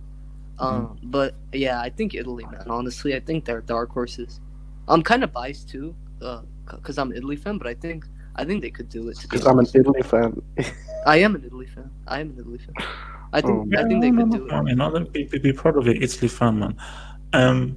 Hazan, what about you? Who you rolling with for the Euros? If they would still play, I think. just say Belgium, man. Just get you on with it. No, sorry, I'm not gonna go with Belgium. Because these guys are the PSG of international football. Every time it's hype, everyone's saying, "Oh, these guys are the favorites," and then they don't do anything. Hazan, don't say Poland. That's what I'm saying. No. I'm not saying Poland. No way. But yeah, bro, I'm gonna have to go with the same thing as I said last time, France, because I don't see anyone challenging. Italy is a good shout, but the problem with Italy, they don't have a clutch player. There's no one in that team that's clutch. You know, you have Immobile who's just scoring loads of goals, but then internationally he always disappears. What about Insigne? So Insigne can't Insigne for national team, he hasn't been clutch. No, sorry. But there are sometimes you might not need clutch to actually win. No, you like need see Germany in 2014. Nobody was really clutch like that, but they won. I mean, they were pushed against You Algeria. mean 2014? Yeah, look, right. 2014 Those is two when was they won. clutch in that final, to be honest. Yeah, that's what I'm saying. Yeah. Yeah, but to be honest, that Germany team was much better than had more experienced players than Italy. They had Lam, Ram, Hummels was so good in that tournament. They had like great players already. So I think Italy is not the best. I think underdogs will be Turkey. And nobody's saying England. Sorry, man, but England. I think it's too early for England, bro. It's too early for. Who's the star of England right now? Sancho. Oh, come on. So you have a kid. That's your star. That's your main player. Come on, man. Sorry, bro. France. No one's touching France. No one's touching France. Okay. All right. Okay. So before I go to Redman, let me just hit this. So from Michael, Pinky, and the Brain Kraus, you all sleeping on Holland improved a lot. Oh, good shout. Good shout. Holland make the semis. Holland are not. Holland won't win it because Holland are perennial butlers. They have a loser's mentality. Great team, but they have a loser's mentality. Red, hit it. So Red, who are you going with for the Euros this year? If there was to be honest with you, like it's very it's very open. This was I was actually very looking forward to this Euros because this Euros we have a lot of good quality teams. Like it's hard to really pick out our favorite because look, it's easy to say France, but like France on paper they could be amazing, but like we don't know how they might like cope after the World Cup if they could actually maintain this success and do what the '98 French team did, where they won the treble, they won the Confed Cup, they won the Euros, and they won the World Cup all in a row. So that's very hard for them to do. I doubt it, and plus it's a still young core, but France are up there. Personally, for me, I think Germany might do something because Germany is just one of those nations where they might take a World Cup off, but then they can come back stronger than they were before and just always put in a good tournament. I agree with that ball sniffing guy is still there. Well, bro, I mean, yes, but like, bro, they do have still like a ton of young, talented squad players. Like, even if you look at the Champions League this year, the most impressive teams in the Champions League have been the Bundesliga teams. So, and they have a lot of good core German teams that could, like they just need their chance because especially Germany, we don't know how good they really are because the last time we saw Germany internationally, it was their old guard. It was Ozil, Khedira, Muller, all that. That's going to be all just rotated. Another team that I agree 100% with Michael is Holland. Even though they are perennial bottlers, they still have like Frankie de Jong, Wijnaldum, Van Dijk. They have Depay. They have a good they have a good core of players where they could definitely do something. And I think who's managing them right now? Koeman, isn't it? Ronald Koeman. Yeah. Like, which I think he's an elite manager, especially for that level. I think he can definitely do something because they got to the Nations League final, which, by the way, I believe they beat Germany and they beat France on the way to the Nations League final, which that's an admirable feat. Italy, I think Italy are slowly coming back. I still think that they need to get Chiellini and they need to get Bonucci out of there. Not because honestly, yes, bring in Romagnoli, bring in some more young talent. Because look, if you want a good international squad, you need to have these players playing together. You need to have them on the same wavelength. They need to be able to, mesh together. Because like France, the reason I feel like France succeeded in 2018 is because that team, for the most part, is the same team that was in the 2016 final against in the Euros.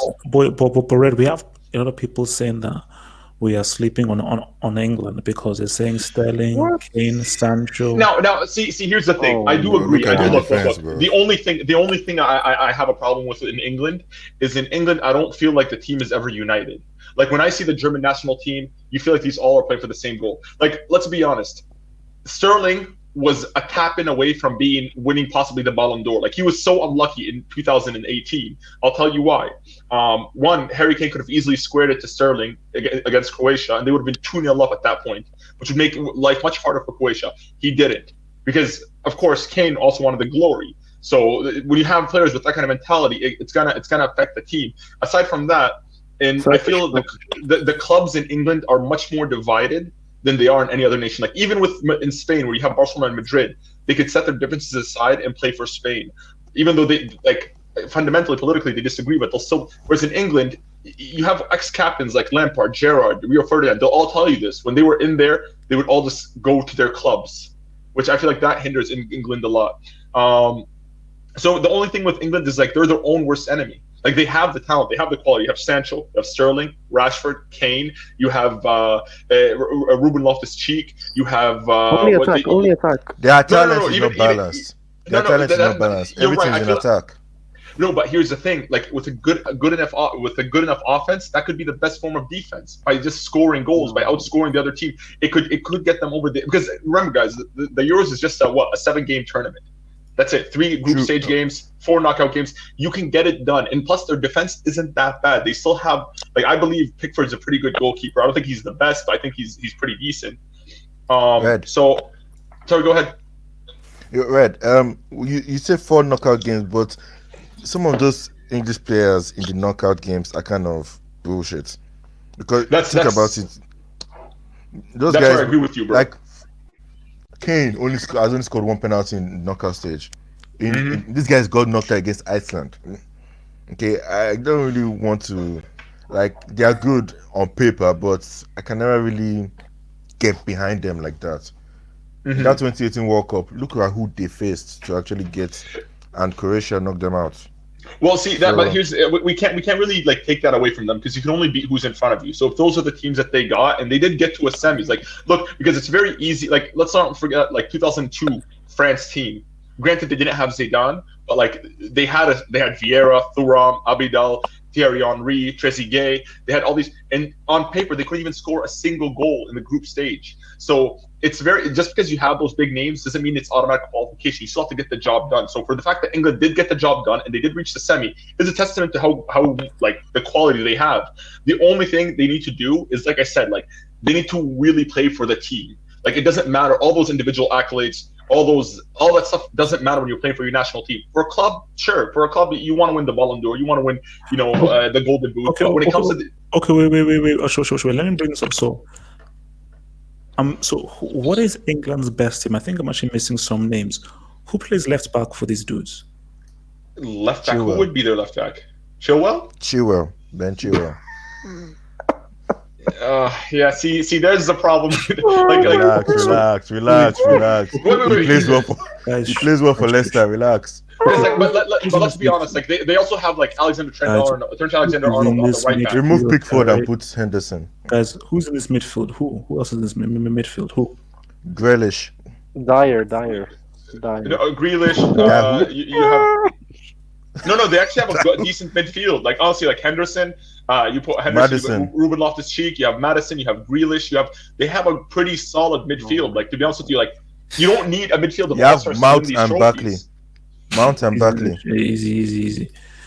Okay, I mean, and yes, Tomori should be in that defense because who else is going to partner? Tomori's a traitor. Tomori's a traitor. Joe Gomez. Loser. And I know I'm a traitor, but it is what it is. Put Joe Gomez in there, man. What is this team? Oh my god! You see, this is where it gets tricky, man. Because look, I think this is an interesting attack. because you can either have Sterling or you can have Rashford. Yo, Double H, do you remember the attack? Do you remember the attack in the World Cup? HH, on a That side note, 3-1, A1 wants to speak on this topic. A1 wants to speak on this topic. If you could add him in. Oh, okay. Let me get your boy in. What a joke! And these guys are supposed to be favorites every time by England fans. Yo, A1. What They're up? favorites, man. I don't understand why, but they are favorites. They're man. fans, man. They're fans. They're toxic fan Okay, base. so A1, are you here to defend England's chances of the Euros?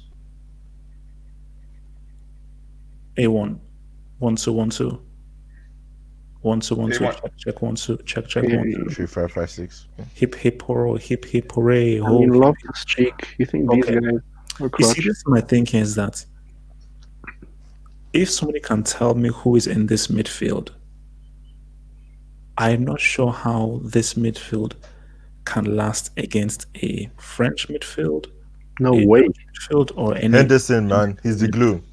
Look at What Liverpool. glue, man? You know what, HH? Here's the thing. You know how they could last? You have, first of all, if they implement the Liverpool style a bit into England, because England are a heavy physical team. Like, all these players are very fit. You have, of course, your technical players like Loftus Cheek. You have Rashford and Sancho are very technical. But I'd say this: if you have from the back, you have Tomori and Maguire playing those balls from the back, and just sort of like bypassing the midfield, where the midfield's mostly resorted to just recycling the ball and giving it to Trent Alexander-Arnold or Chilwell to really push the ball forward through the fullbacks, and then just putting crosses into the box. They honestly could be effective. Like, I honestly believe that. Wait. I have a question. Why is Harry Kane up front? That guy is the worst striker I've seen in my entire life. Relax. Ever since his Golden boot injury winner. started, he's now been one of the best strikers in the world. I think Rashford. No, honestly, they should do Greenwood up front. Rashford, Greenwood, Sancho. Sit back, play on the counterattack. If they can play on the counterattack with that speed up front, I think they can get to semis. What happened to the next Drogba? Every single player in this team. Double H, what happened to the next Drogba? Every single player in this team is the definition of a Premier League merchant, except Sancho. Come on, man. What about Trent? Double H, what happened to the next Drogba? Put him at striker, man. He's on his way. And Rashford, Rashford. Are you serious? Tomori. I'm telling you, man. To be fair, Rashford hasn't actually been given that many chances in England. You see, my issue is for me. I think with England, I believe that it's like a flip. During the 06, 010 and so forth, they had a really good midfield. So you had Lampard, Scholes, Gerrard. They had Winks. And they have the best defense. From Lampard to Winks. This is probably the best attacking options they've ever had in terms of options in attack. But the issue is that, okay, you can have all these options in attack, but if you don't have a midfield that can supply these dudes, then you have issues. Problem. Yep. You have issues. Wait. I mean, if you can have Grealish and Maddison as a number 10, so. Grealish and what? Maddison, the Leicester City player. I mean, he's good, man. He's good. Premier League merchants. Oh, look, except for Sancho. You know how sad it is there, except for Sancho. And one of Grealish for Maddison as a number 10. Look, man, if they can sit back and play on the counterattack, they'll be fine. Bro, the Premier League is not good this season. Wait. Madison is double H. Let's just do this. Sterling on the left, Sancho on the right, Rashford up front. That's a better front three. What happened to they won't bench Kane? How about you stop the ball? Yeah, bench. They won't bench Kane. Bench Kane, man. Kane can't play, man. He doesn't. They won't, man. They won't. You know that Kane is the face of that team. They will not bench. I know, Kane. but like if they really want to win it, this is the front three they have to go with. This could destroy any team on the counter attack. No experience. Greenwood is like Pochettino's father, man. It doesn't matter. Like eventually, this is the problem they had in the World Cup. They had a bunch of kids. Now you're bringing a bunch of kids. I mean, I could literally say the same thing for Germany. Back in 2010, they had a bunch of kids. What? Guess what? They tried. What? Philip Lahm? Yes, Thomas Muller, Ozil. All those were a lot of those players were kids. Khedira was. That was like Khedira's first international cap. Was that was Germany's first. That's when Germany started the whole youth project. Bro, I mean, not they started, but that was had when veterans, bro. Klose was a veteran. Podolski, Lahm. Yeah, but that was a lot. There's still a lot of youth players on that team, though. Bro, this team has And no their veterans. best players, This their team- best players was Ozil and Muller. Although to be fair, that was who is the Boateng. which veteran? veteran is good that you can put Who's into the this veteran team? of this team? Who's the veteran of this team? There was Klose, there was Lam. Where are these guys here? Yeah, but at least those If you wanna veterans talk are about- good. I mean, The veterans in this team is bullshit. they went to World Cup semifinals. Those are Leave that. You want to call You don't even veterans. have. You only have one world class player in this team. Alexander Arnold. That's it. Alexander Arnold. That's it. No. You know, else is Arnold will actually be better if you move him in Rashford, the world midfield class. and There's put no someone like Rashford, Bissaka Sterling, in the right. Rashford. Or Trippier. Yeah, Rashford's on in the Champions League. Oh my god. No, Hold on. Rashford's actually Double H, quality. put Like, Arnold. It would be better if you put Arnold in the midfield and maybe put Wan-Bissaka I'll or give you Sterling. Trippier Sterling and right Alexander back. Arnold. That's crazy. Putting Trent Alexander in this team in midfield is madness, bro. But he is a midfielder. Actually, It's like, if you do put Trent in the midfield, you can put Wan-Bissaka, and that's not bad. honestly, yeah. Oh my Wan-Bissaka God. is probably going to be the better defensive option than Trent. Yeah, and if you put Trent in midfield, like he is a midfielder by trade. He's a makeshift right back. That's why his delivery is so on point. You know, the funny thing, Wan-Bissaka would have been very useful in the best team World that Cup. wins He would have taken World Cup Euros space. or World Cup is when you have the best defense. Round of 16 max. Round of 16 max. I'll be honest with you, like I don't know how people can cope with the speed and like just the physicality of this English team if they actually show up like that. Like imagine if you have like Trent just on the right with Alex Wan-Bissaka, that's gonna be terrifying.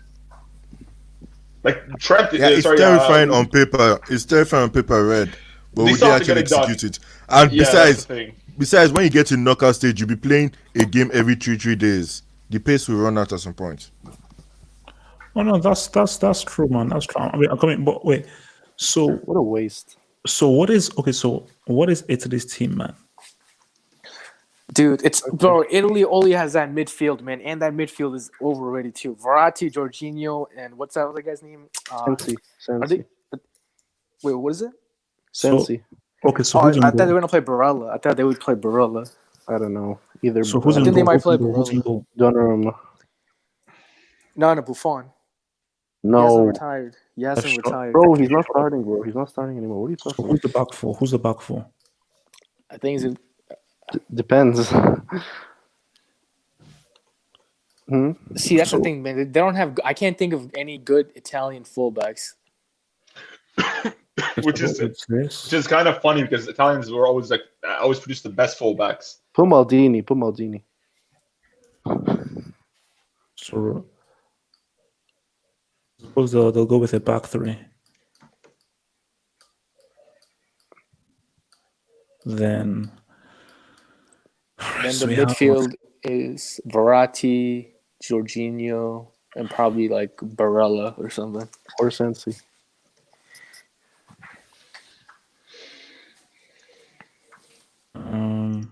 So this is obviously Immobile, Well, at least you already have like 2 world-class players in Verratti, Cellini. Kevin Senior. No, you have Chiesa too. Chiesa on the right. Where's Chiesa should be somewhere there. Oh, yeah, they have Zaniolo also. Zaniolo, yeah. No, but he's just a talent. So is the midfield? So how would the midfielder work then? AJ, to be honest, Chiesa's overrated, man. I wouldn't start him. Like his decision. Nah, Wait, he why has did to he put start. Man. Chilwell? He has to Chilwell start. is That's not their only. Italian. They don't have that many options. Is that Chilwell? Why is Chilwell? Yeah, sorry. Hazem, you watch Syria, you'll agree with me on this, bro. His decision making is bad, man. And Chiesa's. Okay. Yeah, it is actually. It is. It's But poor, he- bro. Like Okay, so midfield.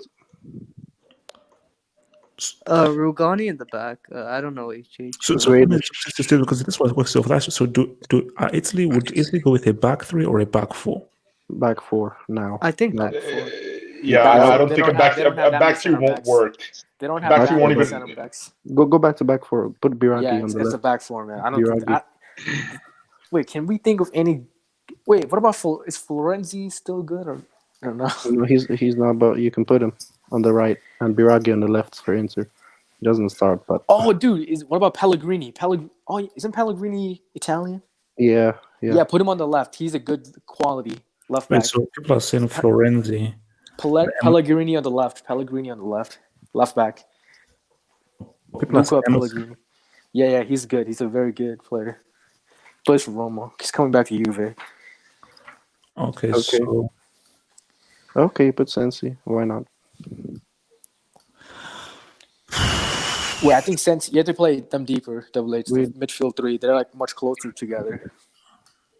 Yeah, like that. They're holding midfield. You could put Barella as well.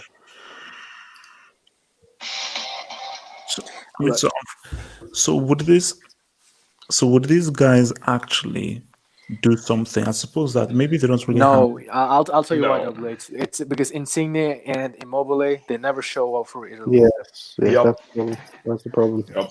And I would never trust Immobile in any big game, to be honest with you. Like, this guy can't even deliver an Europa. Even in the Serie A this season, he hasn't shown up in big games. Yeah, like in Europe, it was Luis Alberto that was bailing them out in the big games, and then in the Europa League group stage, Insigne couldn't even score to save his life. So, not Insigne, sorry, Immobile couldn't score to save his life. So I wouldn't. I'm not gonna really. To be honest with you, Italy still need. I feel like probably till 2026 is probably when Italy will probably peak again, like that World Cup, because I feel like they're still going through a transition because they lost a lot of world class talent and they didn't really replace them properly. And with the decline of Serie A, like, I mean, they're not really producing that. Like, there's a lot of talent in Italy, but just not enough of, like, it hasn't said it's not. Like, you have Zaniolo, great player, great talent, but still not proven yet. So I don't trust them just yet.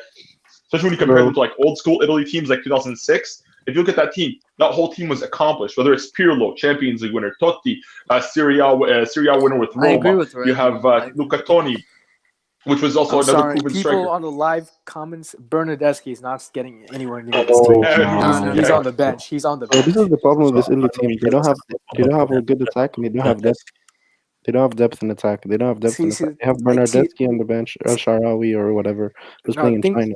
The thing with Italy is, I think people rate Italy highly because just because of that midfield. If they see that midfield, people are going to be like dazing over that midfield. But I don't see that midfield working, to be honest.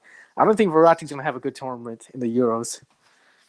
You can put Barella. And Jorginho is not even good either. Jorginho is not that good. We've seen in the Premier League, he always gets clamped up. I mean, but see, this could be similar to like the 06 Italy team, where like people didn't really give them a lot of things, but they just worked really well as a team. Yeah, but Chiellini and Bonucci are not that good either. No, but AHH, you can't compare them to 06.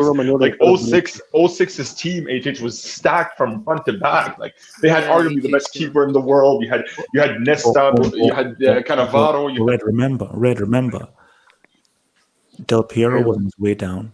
Was on his way down. These guys were already past their peak. Remember, Totti and Del Piero's peak was 2002. Pirlo was still good, bro. Pirlo was he was still relatively in his prime. He still had they would have won that 02 World Cup. But HH in a World Cup game, and when it comes to World Cup and knockout stage tournaments, it all comes down to your mentality and your experience because you only have 90 minutes. There's no room for error, mistakes. You make one mistake, you're knocked out. So you need that kind of experience in these players. Like when you have a younger core of players, they might crack under the pressure. They're not used to like performing at that level. Yeah. So that's why when you had like the 06, even though they were like all in the twilight of their career, a player like Del Piero, who's like 10 years deep in the game, that's played in Champions League finals, that's played in international tournaments, that's played in leagues and all that stuff, he's going to be much more mentally adjusted to be able to perform in high pressure situations than, let's say, for example, a player who was young at the time, like Iaquinta. Like he was a relatively young player, like Cassano. That's why they would go for Del Piero, even though those players were still highly coveted. Cassano, wow. Yeah, like when you look at that Italy team, they just had too much. Wait, Nesta wasn't in the 06 World Cup? Wait, I mean, Double H. Read the super chat. He got injured. That's why Materazzi. Oh, dang! I was injured. Wait, Double H. Read the super chat. Yeah, we had. I don't know if that's true or not. Was this? The super chat. If England wins the group, Germany. Do they play Germany, Portugal, France if they go through the group? Man, I need to check that because that's wild. Because if that happens, England are out in the round of 16. Because I can't see them beating any. Maybe Germany. I can see them beating Germany. But, No, but like what I'm looking at their defense right now. No, he was in it, but he was injured. He was in the World Cup, so he did get a World Cup winners I don't medal. know. But Zambrotta was 34 years old when he was playing for them. Yeah. He was so good. Yeah, he was so Wait, good. I just have one thing to say. When this whole Euro group came out, I did the brackets. I gotta say, whoever comes first in that Portugal, Germany, France group, they have a good path to that final. So whoever finishes first in that group, I think they might be in the final. Red Bros. Zambrotta was even playing until like 2010 in Milan. And he was and he was playing. Yeah, no, Zambrotta was incredible in that 06 World Cup. I remember, like, to be honest with you, it's kind of funny because him and Maxwell both played at Barcelona at the same time. And I think Maxwell, that's the Mexican, and both of them. Maxwell, I think, is still playing to this day. Yeah, he still hasn't retired. He's like 40. He played in the last World Cup in 2018. Yeah. Yo, why is Benzema in that lineup? Why is that sex scandal guy in that lineup? Respect Benzema, dog. He's proven innocent. Don't you dare, bro. Don't you dare. No, because first of all, because I need Red to comment on this briefly, but you see, this is my dream scenario. Because now, if you roll up with this team, nobody is beating this team. HH, can I say one thing? Can I say one thing, HH? Can I say one thing? You remember HH in the World Cup? You know how people call Mbappe a pace merchant? Do you remember that one team? Because I know HH, you remember it because you commented on this. When Mbappe did that Rabona assist to Giroud, and Giroud just had a chance on a platter where if he scored that, Mbappe would have had probably the greatest assist in World Cup history. Yep. And Giroud skied it. Had that been Benzema, because that was a free shot. Giroud didn't even hit the target when he got that chance. Spot on, Red. Spot on. Yeah, but Benzema isn't known for being clinical, bro. No. He honestly, he's much more clinical than Giroud for France. He is. Like that's not saying much. That's not saying much. I mean, Giroud is only 13 goals away from being France's all-time scorer. So yeah, but don't forget, he's like, playing more. Here. Not only is he playing more, but also look, guys, these goal scoring records that we see right now are really irrelevant for the time being because we're going through a generational shift, an era shift. We're in the era where we have supercomputers that are analyzing footballers that will tell you where the best possible way where you can actually score and get the most efficiency out of it. That's why you see a lot of people just cross a lot because they find that crossing, like in basketball, you have 3-pointers are more efficient and will result in better XG. So that's why you see these goal scoring records being broken. It's not that Giroud is better than any of the France number 9s. He's not. Giroud doesn't touch Trezeguet. Giroud will never touch Thierry Henry. Giroud is not even better than Anelka. Okay, but guess what? Giroud is in France's all-time top 10 strikers of all time. There's no way you can name 10 strikers better than Giroud. I mean, there's only like I probably could, bro. Like Gabriel Cissé is probably better than Giroud. Like, bro, like I can name so many just in modern era, like forwards that are like, bro. If you look at that 2010 French squad, had they not had that bust up, they would have been another all-time great team. You had like Frank Ribéry, you had Anelka, you had there's just so many. Gabriel Cissé, there's so many players that we could name. Saha, the Manchester United Saha, like there was so many. So we can't really just say that Giroud is just an all-time great. That's when you mention accolades, it's invalid because you have to look at his actual contribution. He wasn't good in the World Cup. He was actually more of a liability. He had zero shots on target, Red. Zero shots on target, 0 goals, zero. He literally contributed nothing. Didier Deschamps knew what he was doing. I mean, you can give him that credit if you want. Wait. A lot of guys are saying that Umtiti shouldn't be in this team. He's done, bro. He's done. He's done. Unfortunately. Put in Laporte. I think Laporte might start over him. Yeah, Laporte, Longley would be good. Honestly, I'd put Longley probably. Honestly, Longley would probably go ahead of Laporte. Because Longley. No, Laporte. What the hell, Longley? To be honest with you, Longley is a very reliable option. Like his ball playing skills are elite, especially when you have that front line to have a ball playing center back like that. Even though Laporte, that's also his strong suit as well. It's kind of tough, actually. I can't. To be honest with you, because it's going to be a battle between Varane, Longley, and Laporte.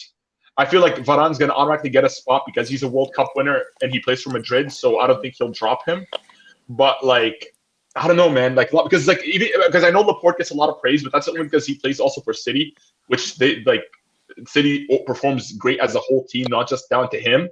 But like, I'll tell you this: I've never seen Longley have a match as bad as Laporte's against Spurs last year, because Laporte was directly responsible for City getting knocked out to Spurs. Yes. Longley has his brain fart moments, but overall, He's a very reliable option.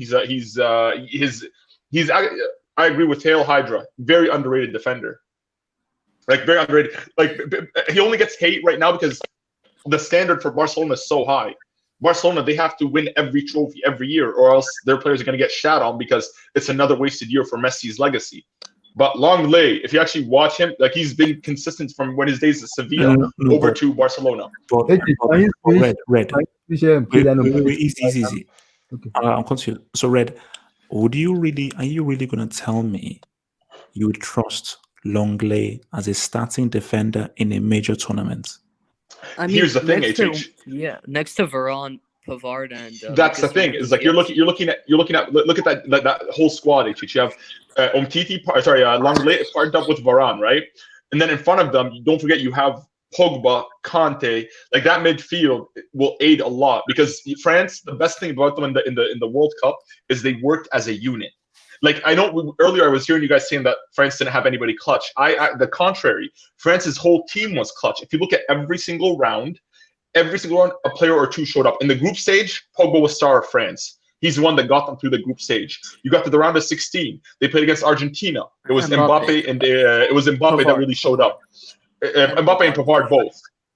You go to the next round after that against, I believe, Uruguay. It was I think Varane scored against Uruguay. Varane and Griezmann both. But you see, Red, the issue is this: Varane needs to be paired with a experienced, competent defender. Because that's true. If Varane is next to a competent defender, he can make a lot of mistakes. If he's telling me Longley and Varane, bro, that could lead to some mistakes, bro. But look at that selection compared to England's selection. Like England's selection is way worse. Like England would wish they had Longley as an option. You know what I mean? Zuma, unfortunately, I don't think Zuma will get a chance. Unfortunately, like I hear somebody saying Zuma. Like I think Zuma's a great ball playing center back. I think he would be a solid pick. But unfortunately, like Deschamps, unless you're playing every single game and you get a proper chance, I don't think he'll go with the Zuma. But also Benzema's never gonna play for France. That's never gonna happen. It's just a dream though. You know, it's like a dream thing. Never happen. I'm sorry. Okay, so Mbappe to the left, and put Griezmann back to the right. Can you switch Mbappe to the and put Griezmann? This? Yeah, that would be inside forwards. You drop Benzema a little bit deeper as a false 9. Mm-hmm. And that way, HH, I'm telling you, that front line, the golden boot is definitely going to France, to one of those two players, Griezmann or Mbappe. Because if you have Pogba and Benzema feeding them, it's game over. Then you have Conte and Matuidi, which both can punish players with their physicality, and Conte is also can push forward. Conte to a DM, then push by Matuidi. No. Matuidi should be DM. The base. Yeah, no, Matuidi should be DM. If anything, Conte should be a box to box because Conte has pace and he could dribble. So I would put Conte a little bit forward. I drop, Marcy. Okay, there we go. No, Red, I'm talking about interception. I'm gonna put Conte as DM because interception.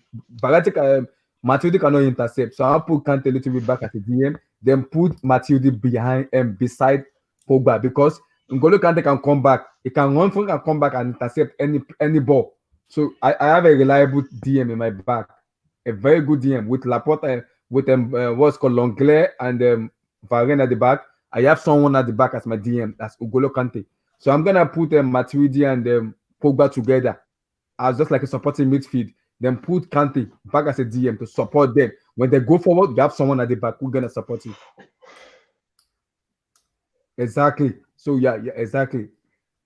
Just like that. So you have someone at the back. So when they guys, respect Martial in the comments, guys. He's like, I mean, if they're starting with Giroud, they can only go up from there. They can only go up from there. Like man, like the champ will not use Martial. He will not even use Lacazette. So we should forget about both of them. We should forget. The champ will not call them. Okay. Like, honestly, no, look, this French team is not a joke, man. Can you put Portugal team? Let's see, Portugal. But the thing is, they're not even that. Like, if we're being honest, like you look at Pavard. Pavard's actually not a good defender at all. He's very mediocre. Like, he had that one World Cup goal, and people all of a sudden rate him. But if you actually look at what Pavard overall, he's not a quality player. Mendy, not really that good. I would probably go with Lucas Hernandez. Possibly Theo could get into that. Into that back line, because Theo has been doing pretty well for AC Milan. So I'd expect him to start. But overall, to be honest with you, like, their back line is pretty sketchy. Because even, like, I'm a Madrid fan. I love Varane, but Varane, like, has his moments, man. He's cost us, like, last season. The big losses we lost was when Varane was by himself in defense. So I don't know. And Lloris, don't even get me started on Lloris. I think he's the only world goalkeeper that actually, like, ruined it. He could have won the Golden Glove easily in the last World Cup, but he messed up big time, man. He messed up by just giving a free goal away, like, to Croatia. So yeah, like, honestly, they're only good, like, going forward. Like, when you look at, like, Pogba, Kante, Griezmann, and Mbappe, they only have like 4 or 5 players maybe that are really, really, really good. The rest are average, to be honest with you. Mediocre, not even average, mediocre. Yeah, like. So help me out. Who is this Portugal's back four, man? Patricio, this Benfica defender. What's his name? Remind me his name. He plays for which guy? Benfica defender that plays for Portugal. What's his name? Militao. No. He plays for Benfica. It's a defender. It's very Alex Grimaldo? No, that Grimaldo plays a left back. I'm talking about central back. He plays for Portugal. Shoot. There's Zeniel. I don't know. I forgot what his last name. Carico. I don't know how to pronounce it, to be honest with you. Rafael Guerrero. Is it Ruben Diaz? It's a central back. He plays for Benfica. Benfica. Is it Pereira? Wait, is it this dude Ruben Diaz? Ruben Diaz, yes, Ruben Diaz. Ruben Diaz. Yeah. I mean, yeah, he's good. Like, honestly, it would be for it all comes out, like, it's probably gonna be Fonte, Ruben Diaz, at the center back partnership, and then I guess you could also have Rui as an option. Pepe, if they have Pepe's available, bring Pepe in, man. He's clutch. Pepe would be great. For fullbacks, you have Semedo. You have Semedo would be good on the right. Yeah, you have also João Cancelo. You have also Leicester City. Who? Pereira of Leicester City. Yeah, there you go. Honestly, it's about their midfield, like how their midfield. Because I feel like Portugal, personally, they should have 2 holding midfielders. Probably, I would bring back Carvalho, and I'd have what's his name? I forgot his name. Shoot, Danilo Pereira. Have him and Carvalho both, and then, like, maybe in like as a sort of like put like number 10. I put João Felix, either João Felix or Bernardo Silva. But I think Bernardo Silva would probably be better on the right, to be honest. I'd probably put Bernardo Silva on the right, have João Felix as a number 10, Ronaldo on the left, and then play up action. But then where do you have Bruno Fernandes, bro? Is a midfield. Put him in at number 10. Number 10. But the thing is, I don't think they're that good defensively to be able to afford 2 attacking midfielders. No, they play for because look, they could probably handle the average European team, but like if they go up against Germany, against France, against Holland, where there's a lot of firepower, I think their best bet is to be a bit more conservative in that aspect, and that's where Portugal saw their success. So I would honestly, you don't need that. Like, I guess you could. Maybe look, if you drop João Felix, you put Bruno Fernandes in, you put Ronaldo on the right, Ronaldo on the left, and like I guess like Andre Silva or João Felix as a number 9, but I wouldn't play João Felix because I don't feel like he's experienced yet. Wait. I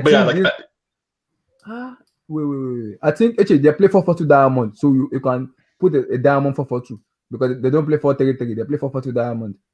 The coach is like a conservative coach, so they play 4-4-2 diamond. 4-4-2 yeah, like that's they have a pretty, like, the thing is they might have that syndrome like England in 2006 where they had so many quality players but all of them played in the same position, which is in midfield, and they just couldn't fit them properly. Like, this is what Portugal have a good, like, they have a good squad, but the only issue is like for me, the most apart from France, they're the most complete squad in Euro 2020 right now. Apart from for me. I mean, that's a bit of a stretch, to be honest with you. Like, because like there's a lot of these players, like they're like the only world-class players I would say are probably Bernardo Silva and Cristiano Ronaldo. Aside from that, they're all just like top talents. But like Bruno Fernandes, like let's be honest, he's had at best 2 good months with United. 2 good months. Like he hasn't had a full season under him where, aside from in Liga NOS, where he had like an insane goal scoring season last year. But overall, he hasn't been an elite talent. You know what I mean? Like where like he's feared. Let's not forget that United are still in 5th, barely. So. So what do you think this team can do then? Let me see. HH group stage exit. To be honest with you, it's group. Do you see their group? Oh, did you see their group stage max? HH, did you see their group? Like here, I'm gonna actually pull it up. 1 second. Their groups are. It's ridiculous. Right here. UEFA Euro 2020. Bruno Fernandes plays as a DM. Put him as a DM. He plays as a DM for Portugal.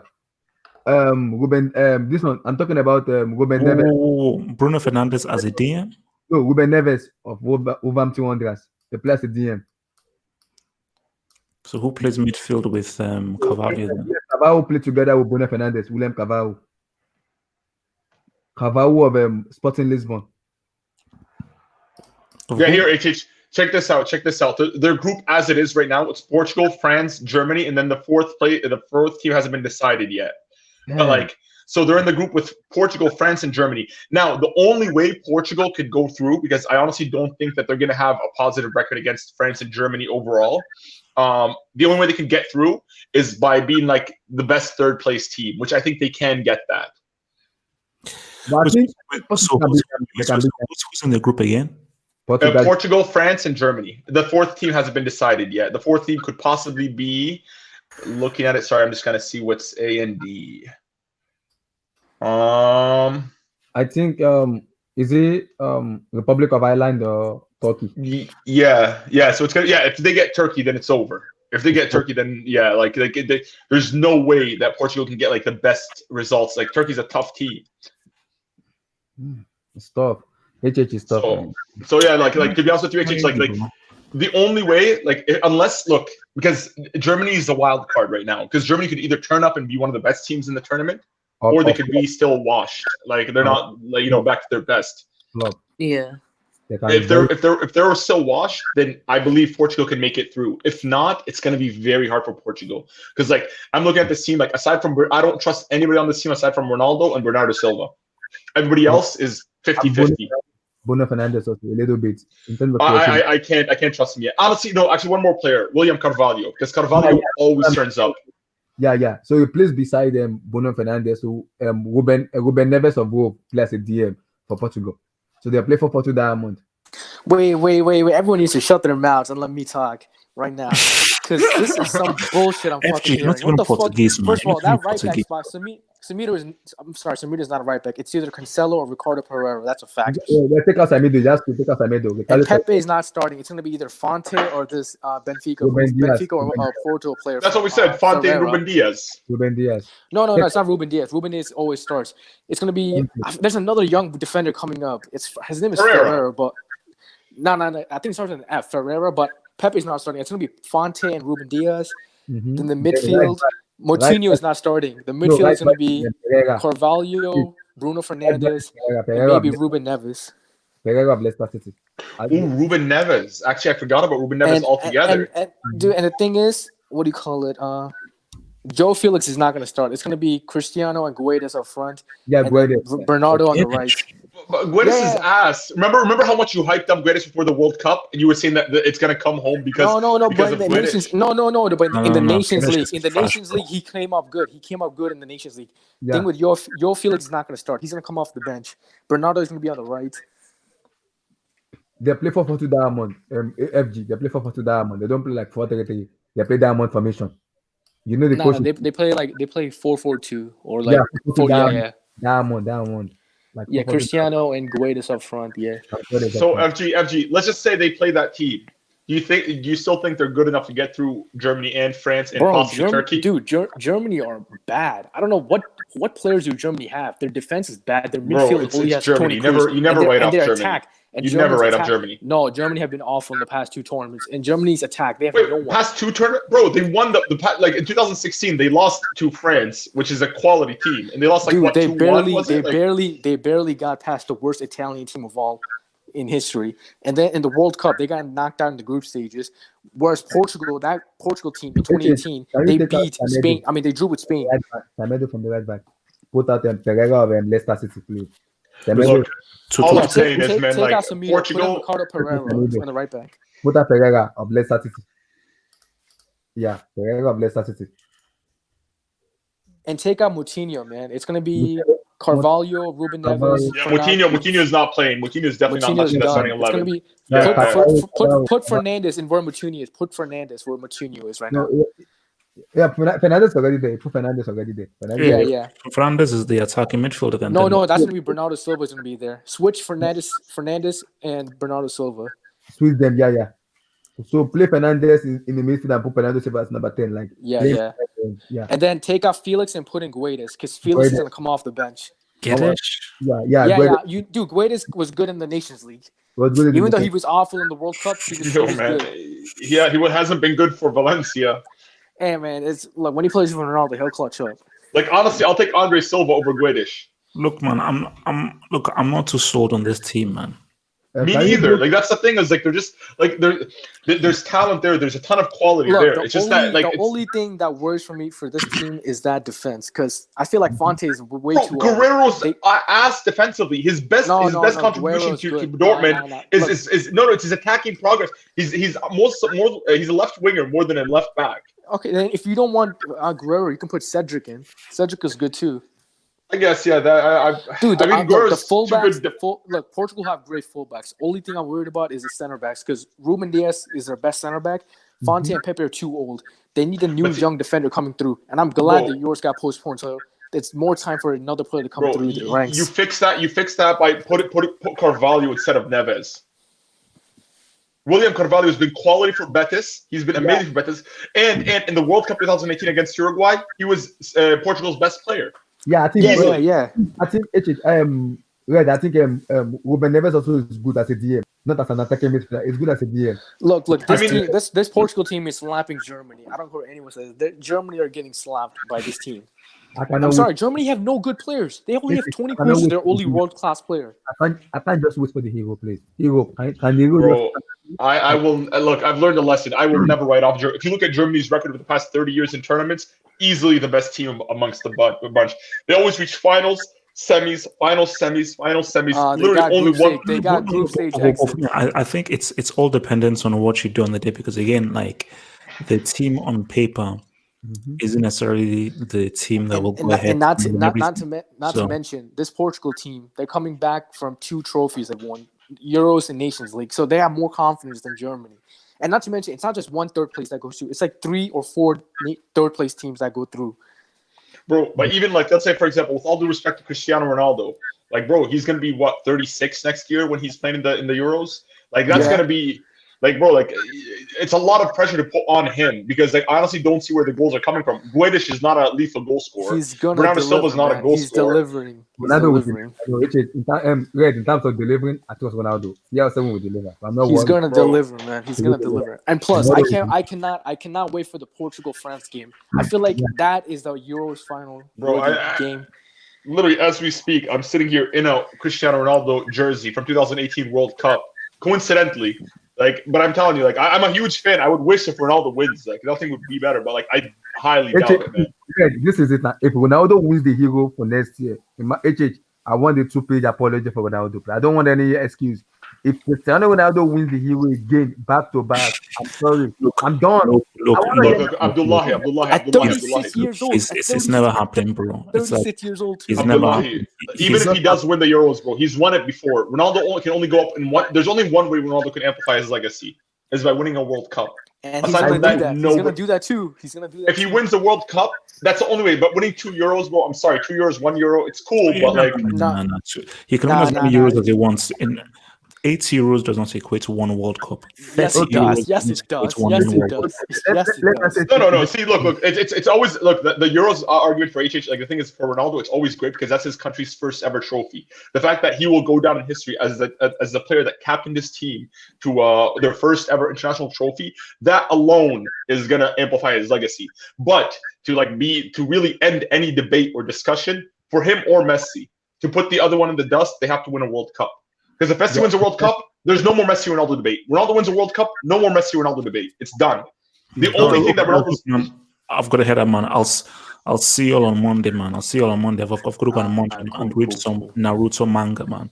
All right, guys. Yo, he's a Naruto. You should watch the anime, man. It's more funny. Nah, Naruto's man. hilarious. I can't watch 3,000 episodes, and I'm No, actually it's only enjoying 100. It's only Manga is being 120. enjoyable, It's only so- 130 HH, episodes. it's only 20 minutes an episode. You can knock it out. You can knock out like